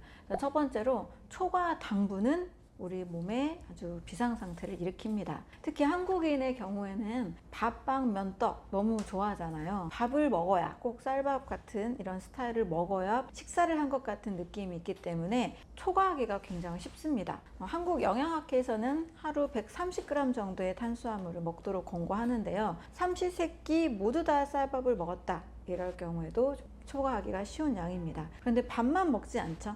우리가 식후에 과자도 먹을 수 있고 빵도 먹을 수 있고 또 초콜릿이나 사탕이나 음료수도 먹을 수가 있거든요. 그럴 때는 늘 당분이 초과한다고 보시면 되겠습니다. 초과 당분이 일어나는 우리의 밥상과 또 후식, 디저트 이것이 췌장을 굉장히 위협하는 우리 밥상이라고 볼 수 있습니다. 두 번째는 덜 소화시키는 물에 젖은 식사법입니다. 물에 젖은 식사, 한국인들의 거의 주식으로 많이 먹고 있는 이제 국과 찌개라고 볼 수 있습니다. 일단 국과 찌개가 있을 때는 밥을 많이 씹지 않습니다. 몇 번 씹다가 이제 국물 훅 마시면 같이 입에서 위장으로 싹 넘어가잖아요. 그래서 침에 있는 아밀라제라는 소화 효소를 덜 사용하게 됩니다. 덜 씹었다고 해서 소화가 다 안 되진 않죠. 침에 있는 아밀라제가 없어도 췌장에서 만들어지는 아밀라제가 한 번 더 탄수화물을 소화시킵니다. 그렇기 때문에 물에 젖은 식사법, 국이나 찌개류를 많이 먹을 때는 덜 씹는 습관 때문에 췌장이 더 많은 일을 한다라고 보시면 됩니다. 만약에 국이나 찌개 요리를 먹는다 하더라도 좀 먼저 국물을 드시고 밥을 드실 때는 50번 정도 꼭꼭 씹어서 침을 충분히 활용하면 췌장이 그렇게 혹사당하진 않습니다. 하지만 덜 씹은 탄수화물, 밥 종류, 또 라면, 국수 이런 면 종류 음식을 국물과 함께 많이 드시다 보면 췌장이 늘 더 일을 많이 해야 되는 거죠. 그래서 환자들에게도 국물 요리를 일단 제외하고 드시라고 할 때 훨씬 더 속이 편하다, 소화가 잘 된다 이런 얘기들을 사실 많이 하고 계십니다. 또 물에 젖은 식사로 많은 분들이 또 선식, 생식, 시리얼을 우유나 두유에 이렇게 넣어가지고 많이 드시기도 하잖아요. 이것도 역시 물에 젖은 식사로 같이 보실 수 있습니다. 선식이 몸에 좋다라고 해서 많이 드시지만 사실 선식의 대부분의 구성 성분들이 곡물입니다. 곡물은 췌장의 소화효소로 소화시키는 것보다 침에 있는 소화효소로 소화시키는 것이 가장 췌장을 편안하게 해주는 식사가 됩니다. 그래서 만약에 선식을 드신다 하더라도 물을 적게 넣어서 최대한 침을 이용해서 소화시키는 방법이 더 좋다라고 볼 수 있습니다. 세 번째로는 복잡하게 다양한 음식을 동시에 많이 먹는 식사입니다. 딱 떠오르는 게 뷔페 식사가 있죠. 뷔페에 가면 밥도 있고 고기도 있고 뭐 빵, 샐러드, 과일, 뭐 해산물 요리, 다양한 이 음식들이 굉장히 많이 있습니다. 한마디로 탄수화물, 단백질, 지방 이 세 가지 에너지원을 동시에 많이 먹게 되는 식사인데요. 또 식후에도 디저트 종류가 굉장히 많죠. 이렇게 다양한 음식을 동시에 많이 먹게 되면 우리 몸의 소화의 원리상 완벽하게 한 번에 소화시키는 만능 소화효소가 없습니다. 탄수화물과 단백질과 지방을 우리 몸은 어떻게든 소화를 시키려고 췌장이 굉장히 일을 많이 하게 되죠. 탄단지의 소화효소를 다 췌장이 만들어내니까요. 그래서 췌장은 과식을 하고 다양하게 음식이 많이 들어오면 굉장히 과부하를 느끼게 됩니다. 그래서 복잡하게 많이 먹는 식사도 좋은 식사가 될 수가 없습니다. 강의할 때도 이런 말 많이 하거든요. 골고루 잘 먹으면 골고루 병 잘 걸린다. 소식을 하는 경우는 크게 문제가 없지만 골고루 다양하게 많이 드실 경우에는 사실 다양한 우리 몸의 질환들을 더 유발할 수 있는 상태로 만들어낸다라고 생각하시면 좋겠습니다. 그리고 또 한국인의 식사가 대부분의 요리를 생으로 먹는 것보다 볶고 찌고 끓이고 익힌 음식을 많이 먹잖아요. 그래서 밥도 이미 이제 익은 거고 모든 반찬들 또 국이나 찌개도 다 익은 거를 먹다 보니까 우리 몸에서 소화 효소를 굉장히 많이 만들어내야 합니다. 만약에 신선한 음식을 먹는다면 신선한 음식 안에 담긴 효소들이 소화 효소를 그렇게 많이 만들어내지 않아도 되는 몸의 상태를 만들어줍니다. 하지만 음식 자체에 다 열을 이용해서 익히고 볶고 찐 그런 음식들은 소화효소가 다 이거를 소화를 해놔야 되거든요. 그래서 잘 우리 몸에 소화효소를 많이 낭비하는 식사가 됩니다. 그래서 과식하고 뷔페를 갔다 오고 나면 소화하느라고 굉장히 몸이 힘들잖아요. 소화효소를 많이 필요로 하기 때문입니다. 가열과 조리식을 지나치게 많이 먹는 식사 문화가 또 췌장을 힘들게 하는 식사다라고 볼 수가 있습니다. 실제 통계적으로 소나 양이나 말 그리고 원숭이, 사람의 이 췌장을 비교했을 때 사람은 다른 동물 대비 2배에서 7배까지도 췌장이 더 비대한 상태로 통계가 나옵니다. 동물들은 요리를 많이 안 하고 그냥 먹잖아요. 자연 상태 그대로 최대한 먹기 때문에 췌장이 그렇게 많은 일을 하지 않아도 되는 거죠. 하지만 사람은 늘 익힌 음식을 주로 먹기 때문에 췌장이 일을 많이 해서 비대해진 그런 모습들을 확인할 수가 있습니다. 또 한국인의 이 주식이 밥과 양념으로 만들어진 반찬들을 먹다 보니까 양념이 강한 음식을 먹을 경우에도 췌장이 지치게 되는 결과가 만들어집니다. 양념이 강한 음식이라 한다면 짜게 만든 반찬들 있죠. 또 뭐 아구찜이나 뭐 간장게장이나 양념게장 같이 밥을 많이 먹게 만드는 밥도둑 반찬들이 있습니다. 물론 편식을 해서 밥의 양이 너무 적은 아이들에게는 밥도둑이 필요하지만 성인들은 굳이 밥도둑 반찬을 많이 먹을 필요가 없습니다. 밥을 오히려 많이 먹을수록 탄수화물의 양이 초과가 되기 때문에 췌장이 역시 계속 일을 많이 하게 된다 이렇게 볼 수 있습니다. 그래서 양념이 강한 음식 또 양념을 달고 짜게 해서 단짠단짠으로 인한 식사를 과식하게 만드는 음식들도 마찬가지입니다. 원숭이 실험에서도 확인이 됐는데요. 평상시에는 양념하지 않은 찐 감자를 2개 정도 먹던 원숭이가 버터와 꿀을 발라줬을 때 3배, 4배 이상 많이 과식하게 되는 양상을 보였습니다. 사람도 역시 그냥 음식 재료가 가지고 있는 그 순수한 맛만 먹으면 과식하기 어렵거든요. 과일이나 채소를 그냥 자연 그대로 먹을 때는 과식이 잘 안 됩니다. 그런데 뭐 치킨이나 햄버거를 먹을 때 꼭 콜라나 다른 음료수를 먹어야 되는 것처럼 양념이 골고루 섞일수록 더 과식하게 되고 또 다른 그것을 희석하기 위한 또 다른 음식들을 또 계속 먹고 싶어지는 경향이 있습니다. 그래서 양념을 너무 많이 한 음식 단짠단짠을 너무 지나치게 많이 섞었을 때 그럴 때도 역시 췌장은 과부하를 겪게 됩니다. 당뇨가 췌장암의 원인일 수 있나요? 췌장암이라는 것은 이미 이 췌장 자체에 염증이 생기고 혹이 생겨서 암까지 진행된 상태입니다. 그렇기 때문에 그 이전에 이미 혈당 문제, 당뇨 전 단계, 당뇨가 이미 온 상태라고 볼 수 있습니다. 췌장암 환자들이 당뇨도 잘 걸린다, 이 말은 조금 뭔가 앞뒤가 안 맞는 말이고요. 이미 췌장암의 상태라는 것은 거의 90% 당뇨인들이 많이 올 수 있는 질병이란 뜻이 됩니다. 췌장암과 당뇨는 그냥 너무 밀접한 상관관계가 있는 거죠. 췌장암의 상태라는 것은 이미 혈당 조절부터 문제가 오기 시작했다. 당뇨가 있을 때는 또 췌장암까지 가지 않도록 조심하시는 것이 매우 중요하다고 볼 수 있습니다. 혈당과 당뇨병은 어떤 관계인가요?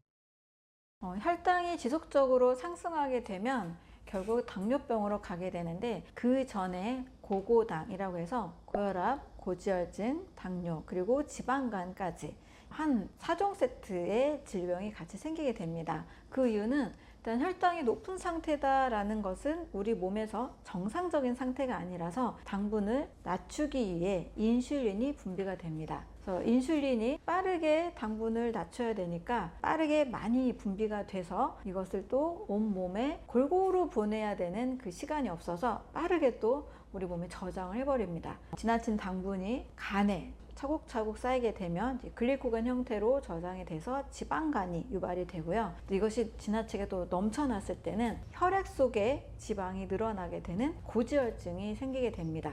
고지혈증이 되면 혈관 안에 지방들이 막 섞여 있다 보니까 뭐 당분이나 지방이나 뭐 당독소가 막 섞여 있다 보니까 혈액의 흐름이 원활하지 않겠죠. 그래서 혈압이 올라가게 되는 고혈압이 생기기도 합니다. 이것이 계속 악순환이 되면 혈당이 또 빠르게 올라갔다가 인슐린이 확 또 당분을 이동해 버리니까 혈당이 또 훅 떨어지는 저혈당이 유발이 됩니다. 저혈당과 고혈당이 계속 반복적으로 이루어지다 보면 이제 인슐린이 점점 그 저항이 생기게 돼요. 제대로 일을 못하게 됩니다. 인슐린 저항성이 생기면서 결국 췌장의 베타세포가 손상을 받아서 인슐린이 나오지 않게 되는 당뇨병 상태가 됩니다. 당뇨병은 말 그대로 당이 사용되지 못하고 요로 빠져나간다 라는 의미를 가지고 있죠. 결국 인슐린 문제로 인해서 당뇨병까지 가게 되는 거죠. 그래서 고혈당 상태, 첨가물로 들어오는 식이섬유 없이 첨가물의 형태로 들어오는 여러 당분이 많은 음식들, 또는 정제된 탄수화물로 만들어진 밥빵, 면떡 이런 걸 먹을 때는 빠르게 고혈당이 이루어지기 때문에 지방간, 고지혈증, 고혈압, 당뇨병까지도 많이 유발할 수가 있습니다. 또 이 당뇨병의 결국 그렇게 또 심각한 이유는 당뇨 합병증이 원인이잖아요. 무소혈관까지 영양소가 전달되지 않는 지경까지 가게 되면 눈에서도 망막 변성이 일어나서 실명의 위험이 생기기도 하고요. 또 모세혈관으로 이루어진 신장 사구체에도 문제가 생겨서 신장 투석까지 또 이어지기도 합니다. 또 당뇨병성 발이라고 해서 말초, 모세혈관까지 영양이 전달이 안 되니까 이제 발끝 쪽이 이제 괴사가 일어나는 이런 합병증들로 발전한다는 것이 큰 문제가 되겠죠. 그래서 제가 쉽게 당뇨병은 또 혈관병이다 라고 이렇게 말씀을 드리는데요. 장기적으로는 뇌혈관에도 문제가 생겨서 치매나 알츠하이머를 유발할 수 있는 위험성도 같이 가지고 있습니다. 또 심뇌혈관 쪽도 모세혈관부터 시작해서 동맥과 정맥, 관상동맥 질환이나 뇌경색, 뇌졸중까지도 다 연결된 질환이 될 수가 있습니다. 그래서 혈당 조절 하나 하는 것은 수많은 질병을 예방할 수 있는 아주 중요한 건강 관리라고 볼 수 있습니다. 당독소는 얼마나 건강에 해로운 것인가요? 당 독소는 이제 쉬운 말로는 당 독소라고 하는데요. 정확한 이름은 최종 당화산물이라고 합니다. 이 말은 우리 몸에서 떠도는 초과된 당분들이 다 사용되지 못하고 몸속 여기저기를 다니면서 아미노산, 단백질과 만나서 불필요한 대사 독소로 변질된 상태를 의미합니다. 이 당분들이 또 아미노산 또는 지방과 만나기도 해서 가만히 있으면 문제가 안 되는데요. 얘네들이 혈관벽이나 세포막, 여러 몸속의 조직과 장기들을 공격하는 형태로 바뀝니다. 그래서 당독소가 많은 몸은 노화가 빨라지고요. 염증도 많고 또 DNA 상태도 바뀔 수가 있고 또 체력도 지치게 되고 면역력도 떨어지고 계속 장기적으로 보면 치매나 여러 뇌혈관 질환까지도 위협을 하는 그런 위험성을 가지고 있습니다. 근데 요즘은 이 당독소를 많이 줄이려는 노력을 또 하고 계시기도 한데요. 예를 들면 굽고 튀긴 음식보다는 물에 데쳐서 먹는 방법. 쉽게 말씀드리면 튀겨진 치킨을 먹는 것보다는 수육 형태로 먹는 것, 닭 백숙 형태로 먹는 것, 이런 것들이 훨씬 더 당독소가 줄어드는 요리법이라고 할 수 있습니다. 그래서 당독소가 많이 생기는 환경은 일단 튀길 때 그리고 구울 때 많이 생기고요. 또 물에 그냥 데칠 때는 훨씬 줄어들 수가 있습니다. 또 우리가 좀 캐러멜라이제이션이라고 해서 고기를 구울 때 이렇게 노랗게까지 그 좀 튀긴 형태로까지 굽는 그런 모습들이 있잖아요. 맛있게 느껴지긴 하지만 당독소는 훨씬 더 많이 생기는 요리법이라고 볼 수 있습니다. 당독소는 초과된 당분을 먹지 않는 노력도 중요하고요. 두 번째는 조리법을 통해서 튀기고 볶고 굽고 하는 것보다는 잘 찌거나 그냥 물에 데쳐서 먹는 방법들이 훨씬 더 안전하다고 볼 수 있습니다. 당독소를 유발하는 최악의 밥상은 어떤 모습인가요? 식탁에 일단 요리가 10첩, 15첩, 20첩 반상으로 반찬이 많은 경우도 당독소가 많을 가능성이 높다고 볼 수 있습니다. 왜냐면 우리 한식 밥상은 굉장히 조리를 많이 하잖아요. 볶은 음식도 있고 튀긴 음식도 있고 또 구운 음식도 있습니다. 그리고 국과 또 밥이 있죠. 일단 밥을 많이 먹으면서 산화된 기름을 이용한 튀김 요리, 그리고 볶음 요리, 또 고기를 이제 구워서 먹을 때, 삼겹살이나 또 치킨을 먹을 때 일단 당독소의 노출은 많다고 볼 수 있습니다. 그래서 당독소가 많은 밥상은 밥과 반찬의 종류가 좀 화려한 밥상, 튀기고 굽고 볶은 요리가 많은 밥상, 이것은 당독소가 훨씬 많은 밥상이 될 수 있겠죠. 설탕을 많이 사용했을 때도 훨씬 더 당독소 위험은 올라갑니다. 집에서 먹을 때보다 밖에서 음식을 먹을 때 훨씬 더 달잖아요. 또 달기만 한 게 아니고 단맛과 짠맛이 다 강합니다. 그래서 초과 당분을 먹기가 더 쉬워지는 거죠. 많이 먹게 되고 또 이미 설탕이 굉장히 많이 들어가 있기 때문에 초과 당분을 섭취하게 됩니다.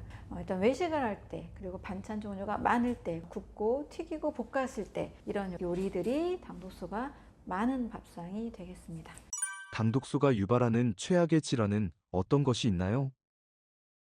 당독소는 일단 세포를 빠르게 노화시키고 면역계에 많은 문제를 줍니다. 그리고 이 당독소들이 혈관벽에도 잘 쌓일 수 있기 때문에 동맥경화를 유발할 수도 있습니다. 그래서 치매나 암이나 알츠하이머나 고혈압이나 당뇨, 비만, 관절염, 여러 면역계, 피부질환, 이런 모든 질환들을 유발할 수 있는 가능성이 매우 높습니다. 일단 당독소가 많은 몸은 어떻게든 해독을 하기 위해서 간에서도 굉장히 해독을 많이 하려고 하고 또 신장에서도 많이 배출하려고 합니다. 하지만 초과가 됐을 때는 우리 몸이 항상 과부하 상태를 계속 지속해야 되기 때문에 문제점이 생기는 거죠.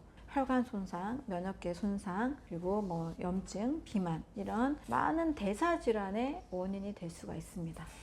췌장 문제가 심각해지면 일어나는 질환들은 무엇이 있나요? 췌장이 일단 기능을 상실하게 되면 이제 소화와 혈당에 문제가 오게 되는 거겠죠. 그래서 당뇨 전 단계 당뇨병으로 이어질 수가 있고, 손상되는 이 췌장이 계속적으로 이제 일을 해야 되다 보니까 점점 염증으로 발전을 하게 됩니다. 일을 많이 하게 되면 그 부분에서 활성산소도 많이 발생을 하면서 정상적인 항산화 영양소가 부족할 때는 염증이 계속 유발이 되거든요. 손가락을 많이 쓰다 보면 손가락 염증이 생기고 관절을 많이 쓰다 보면 관절에 염증이 생기는 거랑 같다고 보시면 됩니다. 활성산소 유발로 인해서 췌장에서도 계속적으로 호르몬도 만들고 소화효소도 만들어야 되기 때문에 이 기능에 이제 압박을 받게 됩니다. 췌장 세포들이 굉장히 이제 일을 많이 하게 되면서 염증으로 발전하면 췌장염으로 커질 수가 있는 거죠. 췌장염은 급성으로 오기도 하고 만성으로 오기도 합니다. 그래서 급성, 만성 췌장염이 왔다가 급성일 경우에는 사실 금방 해결이 돼서 큰 문제가 없을 텐데 만성적으로 이어질 때는 췌장 손상이 지속적으로 이루어집니다. 만성 췌장염은 이 염증이 또 오래되면 혹이 생기기도 하면서 췌장암으로 발전할 수도 있습니다. 그래서 당 조절로 인해서 당뇨 전 단계나 당뇨 문제, 이런 문제가 왔다가 이제 췌장염으로 인해서 췌장암까지도 가게 될 수 있죠. 그 과정 중에는 이제 소화불량이라는 과정이 계속 지속이 됩니다. 먹어도 소화가 잘 안 되니까 굉장히 이제 고통스러운 몸이 되는 거죠. 체력도 굉장히 떨어지게 되고 먹지 못하게 되니까 여러 이제 면역 쪽에서도 많은 문제가 일어날 수가 있습니다. 또 이제 복부 통증이나 등의 통증도 호소할 수가 있습니다. 그래서 췌장이 아프다는 것은 사실 일상생활에서 우리가 먹고 소화시키고 활동하는 모든 게 매우 그냥 친숙하게 편하게 이루어져야 되는 과정이잖아요. 근데 이게 타격을 받기 때문에 일상에서도 굉장히 이제 불편할 수가 있게 되는 거죠. 근데 불편함이 있을 때 해결을 하시면 큰 문제가 없습니다. 근데 그 불편함을 참고 또 참아서 만성으로 이어졌을 때 이렇게까지 심각하게 진행이 되는 것을 차단을 하시면 좋겠습니다. 췌장암의 발병 원인은 무엇인가요? 첫 번째 췌장암의 가장 많은 발병 원인은 현재 췌장암 환자의 약 25에서 30%가 흡연과도 연결이 되어 있습니다. 담배를 핀다고 다 췌장암에 걸린다, 이거는 아니라는 것을 아시겠죠? 하지만 담배 속 발암 물질이 췌장에 염증을 유발하고 돌연변이를 유도한다라는 결과들이 있습니다. 그래서 흡연자가 비흡연자보다 췌장암의 발병 비율은 2배에서 3배 더 높은 통계로 나타납니다. 두 번째는 이제 비만과 대사증후군입니다. 비만과 대사증후군 사실 다 연결된 말이죠. 같은 말인데 일단 복부 비만이 있을 때는 인슐린 저항성이 굉장히 올라가게 됩니다. 인슐린 저항성이 생기기 때문에 췌장에서는 인슐린을 어떻게든 잘 공급을 하기 위해서 췌장에 계속 과부하가 걸리게 되는 거겠죠. 그래서 고지방, 고당질, 고단백 식사가 만성적으로 염증을 유발하고 또 인슐린 저항성을 유발하기 때문에 이제 암에 걸릴 수 있는 환경을 조성하게 됩니다. 세 번째는 이제 과음으로 인한 원인이 될 수가 있습니다. 과음을 한다는 거는 이제 술은 몸에서 불필요한 화학 물질이 있잖아요. 이것을 세독하기 위해서 간에서 그리고 췌장에서 계속 소화시키기 위한 노력을 하기 때문에 염증을 유발할 수가 있습니다. 이 화학물질은 당연히 몸에서 불필요한 성분이잖아요. 그래서 만성 췌장염의 원인이 바로 지속적인 음주, 과음이 되겠습니다. 만성 췌장염 상태를 또 계속 오랫동안 두는 것도 이제 염증이 계속 발전이 되면 암이 되기 때문에 췌장암의 원인으로 될 수가 있습니다. 또 당뇨병도 오래 지속을 시키면 안 됩니다. 췌장암 환자들의 90%가 당뇨병을 가지고 있기 때문에 당뇨병 상태다, 그러면은 췌장의 건강이 계속 위협을 받고 있다를 반드시 인지하셔서 췌장암을 예방하는 꼭 관리를 하시면 좋겠습니다. 당뇨병 상태에서 또는 당뇨 전 단계에서 굉장히 단순하게 이 혈당만 조절하고 노력하시는 분들이 계세요. 혈당만 떨어지면 아무 문제 없겠지 라고 단편적인 관리를 하시는 분들이 많이 계시는데 절대 그렇지 않습니다. 혈당 자체가 아니고 우리 몸의 소화 과정으로 인해서 췌장이 지치는 식사인지 췌장이 편안한 식사인지 이것을 반드시 따져보셔야 돼요. 단순히 혈당 그 수치에만 예민하게 하지 마시고 합성 가공식품인지 초가공식품인지 자연의 음식인지 이것을 꼭 구분하시면 좋겠습니다. 췌장암까지 간다는 것은 정말 나의 식이습관이 췌장을 매우 지치게 하는 결과를 초래했다, 이렇게 보면 되는 거거든요. 그래서 나의 평상시 식이습관이 소화가 너무 항상 뭔가 부담스럽고 불편하고 음식만 소화시키려고 하면 굉장히 고통스러운 상태다, 그 전조 증상을 보여줄 때 반드시 관리를 하셔서 암까지 꼭 이르시지 않았으면 좋겠습니다. 췌장암의 전조 증상, 어떤 것이 있을까요? 췌장암의 전조 증상으로는 복부와 등의 지속적인 통증으로 보실 수 있습니다. 췌장의 위치가 복부와 등에도 가깝기 때문에 명치 부위의 통증이 계속 있을 때, 이것이 등으로 퍼져나갈 때, 이럴 때는 췌장의 건강을 좀 의심을 해보면 되겠습니다. 특히 식사 후와 밤에 그 통증이 더 커집니다. 식사만 하면 또는 식사 중간에도 굉장히 이 통증을 호소하시는 분들이 계시거든요. 이럴 때 췌장 건강을 꼭 체크해 보시고 등의 통증이 나타나는 것은 췌장의 위치가 등과 가까워지기 때문에 나타나는 전형적인 증상이라고 볼 수가 있습니다. 두 번째는 원인 모를 체중 감소가 일어날 때도 암의 전조 증상이라 의심해 볼 수 있습니다. 이럴 때는 식욕이 여전히 있는데 갑작스럽게 또는 계속 지속적으로 체중이 줄어들 때 뭔가 이유가 있는 거거든요. 체중이 준다는 것은 우리가 먹은 음식이 흡수가 돼서 내 몸에 영양소로 피와 살로 잘 전환이 안 되는 상태입니다. 그래서 췌장에서 소화 효소를 분비하기 때문에 소화 효소가 안 만들어질 때도 나타나는 증상이라고 볼 수 있습니다. 체중 감소가 일어날 때. 네, 세 번째는 지방이 소화되지 않아서 변에 기름기가 있거나 묽은 변, 지방변이 나올 때입니다. 췌장의 소화 효소를 기억하시면 되는데요. 지방의 소화 효소도 역시 췌장이 만들어냅니다. 췌장암 상태에서는 췌장이 잘 소화 효소를 못 만들잖아요. 그래서 특히 지방의 소화 효소 리파제는 췌장에서만 만들기 때문에 지방 소화가 특히 더 잘 되지가 않습니다.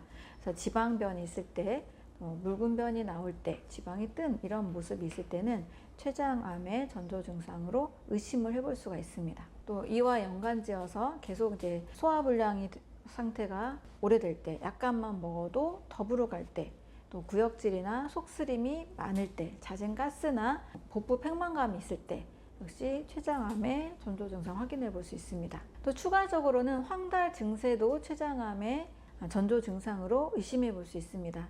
췌장의 이 머리 쪽이 암이 생기면 담관을 막아버립니다. 담즙이 흘러가는 통로가 막혀서 황달이 일어날 수가 있는 거죠. 그래서 피부나 눈의 흰자위가 노랗게 변하거나 소변이 너무 진하게 나온다거나 대변이 회색으로 변하는 모습까지 같이 따라오게 됩니다. 그래서 소화 문제, 식욕 부진의 문제, 통증 문제, 또 황달, 지방변 이런 증상들이 췌장암의 전조 증상으로 의심해 볼 수가 있습니다.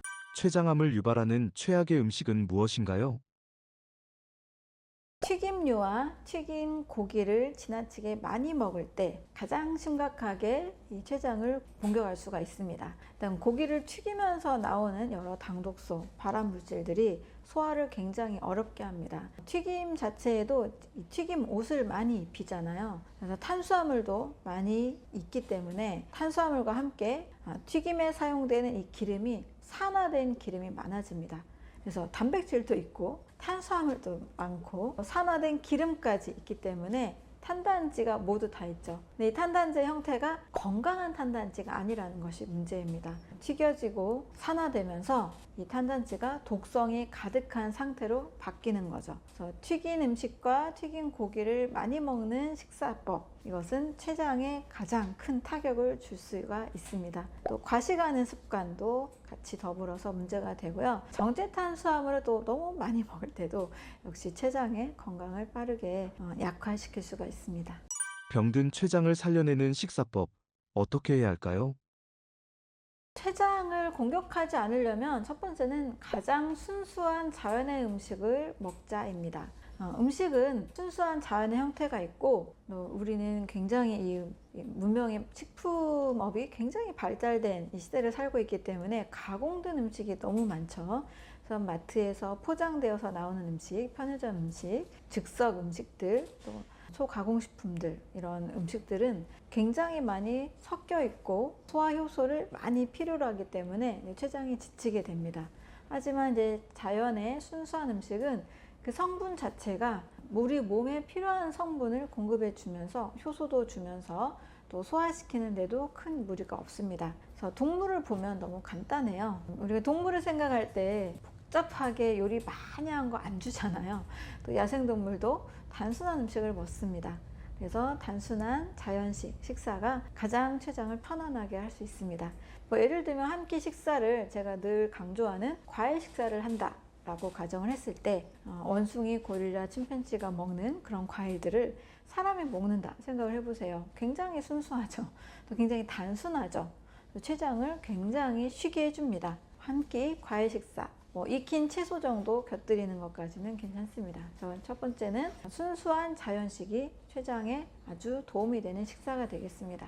두 번째는 아주 단순한 식사입니다. 우리는 골고루 잘 먹어야 건강하다는 말 때문에 한 번에 먹을 때 최소 한 6, 7가지, 거의 10가지 이상 좀 먹게 되는 그런 분위기가 있거든요.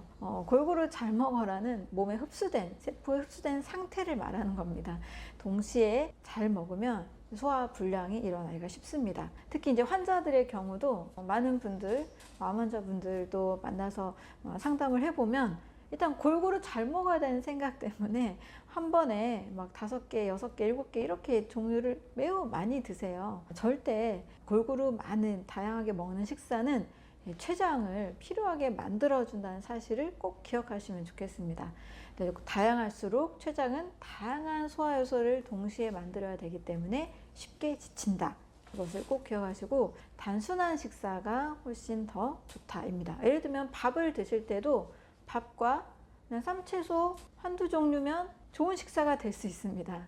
밥과 해조류 한두 종류, 이것도 좋은 식사가 될 수 있습니다. 바쁠 때 고구마 하나를 드셔도 되고요. 바나나 하나를 드셔도 좋은 식사가 될 수 있습니다. 그래서 한 번에 정말 이 소화기관이 약하고 췌장이 약한 분들은 한 종류만 드시면 좋겠습니다. 아니면 아예 단순하게 밥과 한 종류의 반찬 정도. 이렇게 소화기관이 약할 때는 췌장 보호를 위해서 단순한 구성을 하시면 좋겠습니다. 세 번째는 살아있는 음식, 효소가 많은 식사입니다. 자연의 음식과 이제 비슷할 수 있지만 일단 효소가 많은 식사는 췌장에게 훨씬 더 부담을 덜어줍니다. 그러면 익힌 생선과 날것 생선을 비교해 본다고 생각을 해보시면 돼요. 익혔다는 것 자체가 익힌 것을 소화시키기 위해서 소화효소가 많이 필요합니다. 하지만 날 생선의 경우에는 그 날것이 가지고 있는 효소가 있기 때문에 익혔을 때보다는 우리 몸에 소화 효소가 덜 나오게 되는 거죠. 무슨 날 생선에 있는 기생충 어쩌나 이런 차원이 아니고요. 네, 효소의 차원에서 말씀을 드리는 겁니다. 따라서 익힌 음식을 많이 드시는 것보다 식사 중에 일단 신선한 음식을 꼭 하나는 곁들이시면 좋겠습니다. 그러니까 소화기관이 약한 분들은 한 종류 또 2종류만 드시라고 했는데 이왕이면 꼭 살아있는 음식을 꼭 하나 곁들여서 또는 밥을 예로 든다고 할 때도 고구마를 좀 같이 드시고 밥을 드시는 것, 이것도 좋은 방법이 될 수 있고, 또 과일을 한 접시 드시고 밥을 드시는 것, 이것도 효소의 양을 늘리는 식사가 될 수 있습니다. 그래서 저의 경우도 바쁠 때는 과일 하나만 먹거나 또 밥도 쉽게 잘 소화가 되는 볶음 곡식이라는 것도 있는데 이런 식사를 그냥 단순하게 먹습니다. 전혀 식곤증도 없고 에너지가 그렇게 떨어지는 느낌도 전혀 없습니다. 오히려 소화시키기 위해서 에너지를 많이 쓸 때 훨씬 지치거든요. 그래서 식사할 때 식사에 효소가 살아있는 음식을 꼭 섭취하자. 그게 식사 한 끼에 들어가도 좋고 하루 중 한 끼나 2끼는 효소가 풍부한 식사를 하는 것을 꼭 추천을 드립니다. 건강한 췌장을 만드는 습관 3가지는 무엇인가요? 건강한 췌장을 위해서는 일단 췌장에 무리가 가지 않은 식사, 소화에 부담이 되지 않은 식사를 제일 중요한 원칙으로 보고 있습니다. 하루에 한 끼는 과일 식사를 꼭 추천을 드립니다. 네, 과일 속에 효소나 식이섬유, 비타민, 미네랄 모든 것들이 췌장이 전혀 지치지 않고도 아주 우리 몸에 좋은 영양소가 흡수가 잘 됩니다. 소화 효소가 필요가 없는 식사, 이렇게 이해하실 수 있습니다. 그래서 한 끼는 과일 섭취하는 습관, 이것이 건강한 췌장을 만드는 데 큰 도움이 될 수 있습니다. 네, 2번째는 나에게 맞는 채소 섭취입니다. 채소를 늘 신선한 상태만 생각하기가 쉬운데요. 쌈채소나 양상추나 이런 것들은 신선하게 드시되 당근이나 양배추나 브로콜리 같은 뭔가 이 식물 세포벽이 단단한 이런 채소들은 잘 익혀서 익힌 채소로 드셔도 좋습니다. 효소가 파괴되지 않냐, 비타민 없어지지 않냐 이러실 수 있는데 이 단단한 식물 세포벽을 통과해서 익혀야만 나오는 영양소가 또 있거든요. 그래서 나에게 맞는 채소 섭취가 중요합니다. 소화가 굉장히 안 되고 가스가 많이 차는 또 굉장히 살이 빠진 이런 암 환자의 경우에는 채소 섭취를 정말 익혀서 소량 드시거나 채소 섭취 대신에 살이 잘 찌게 해주는 식단이 필요할 때도 있습니다. 채소는 생으로 먹는 채소 일부와 익혀서 먹는 채소를 구분해서 드시고 너무 말랐을 때는 채소 섭취도 지나치게 많이 하시지 않는 식사 조절도 필요합니다. 3번째는 당뇨, 또 췌장 건강에 문제가 있는 분들, 소화에 문제가 있는 분들에게 굉장히 추천하는 건데요. 볶은 곡식 밥상입니다. 현미 식사가 좋다, 현미 잡곡이 좋다, 누구나 알고 계시죠. 그런데 소화력이 떨어지는 분들은 현미가 소화가 또 안 됩니다. 현미의 그 껍질이 위장 점막이 매우 약한 분들은 스크래치를 내서 위험한 분들도 있습니다. 그래서 이런 경우에는 곡식을 쪄서 다시 한번 구워서 소화가 아주 잘 된 형태로 만든 볶음곡식 밥상을 추천을 드립니다. 저도 하루에 한 끼는 이 볶음곡식을 굉장히 잘 먹고 있는데요. 소화가 굉장히 좋습니다. 그리고 식곤증도 없고 에너지 전환율이 좋아서 밥을 과하게 반찬이랑 먹지 않아도 체력이 떨어지지 않는, 체력이 잘 유지가 되는 큰 장점이 있습니다. 볶음곡식 밥상도 잘 활용해 보시면 췌장 건강에 큰 도움이 될 수 있습니다.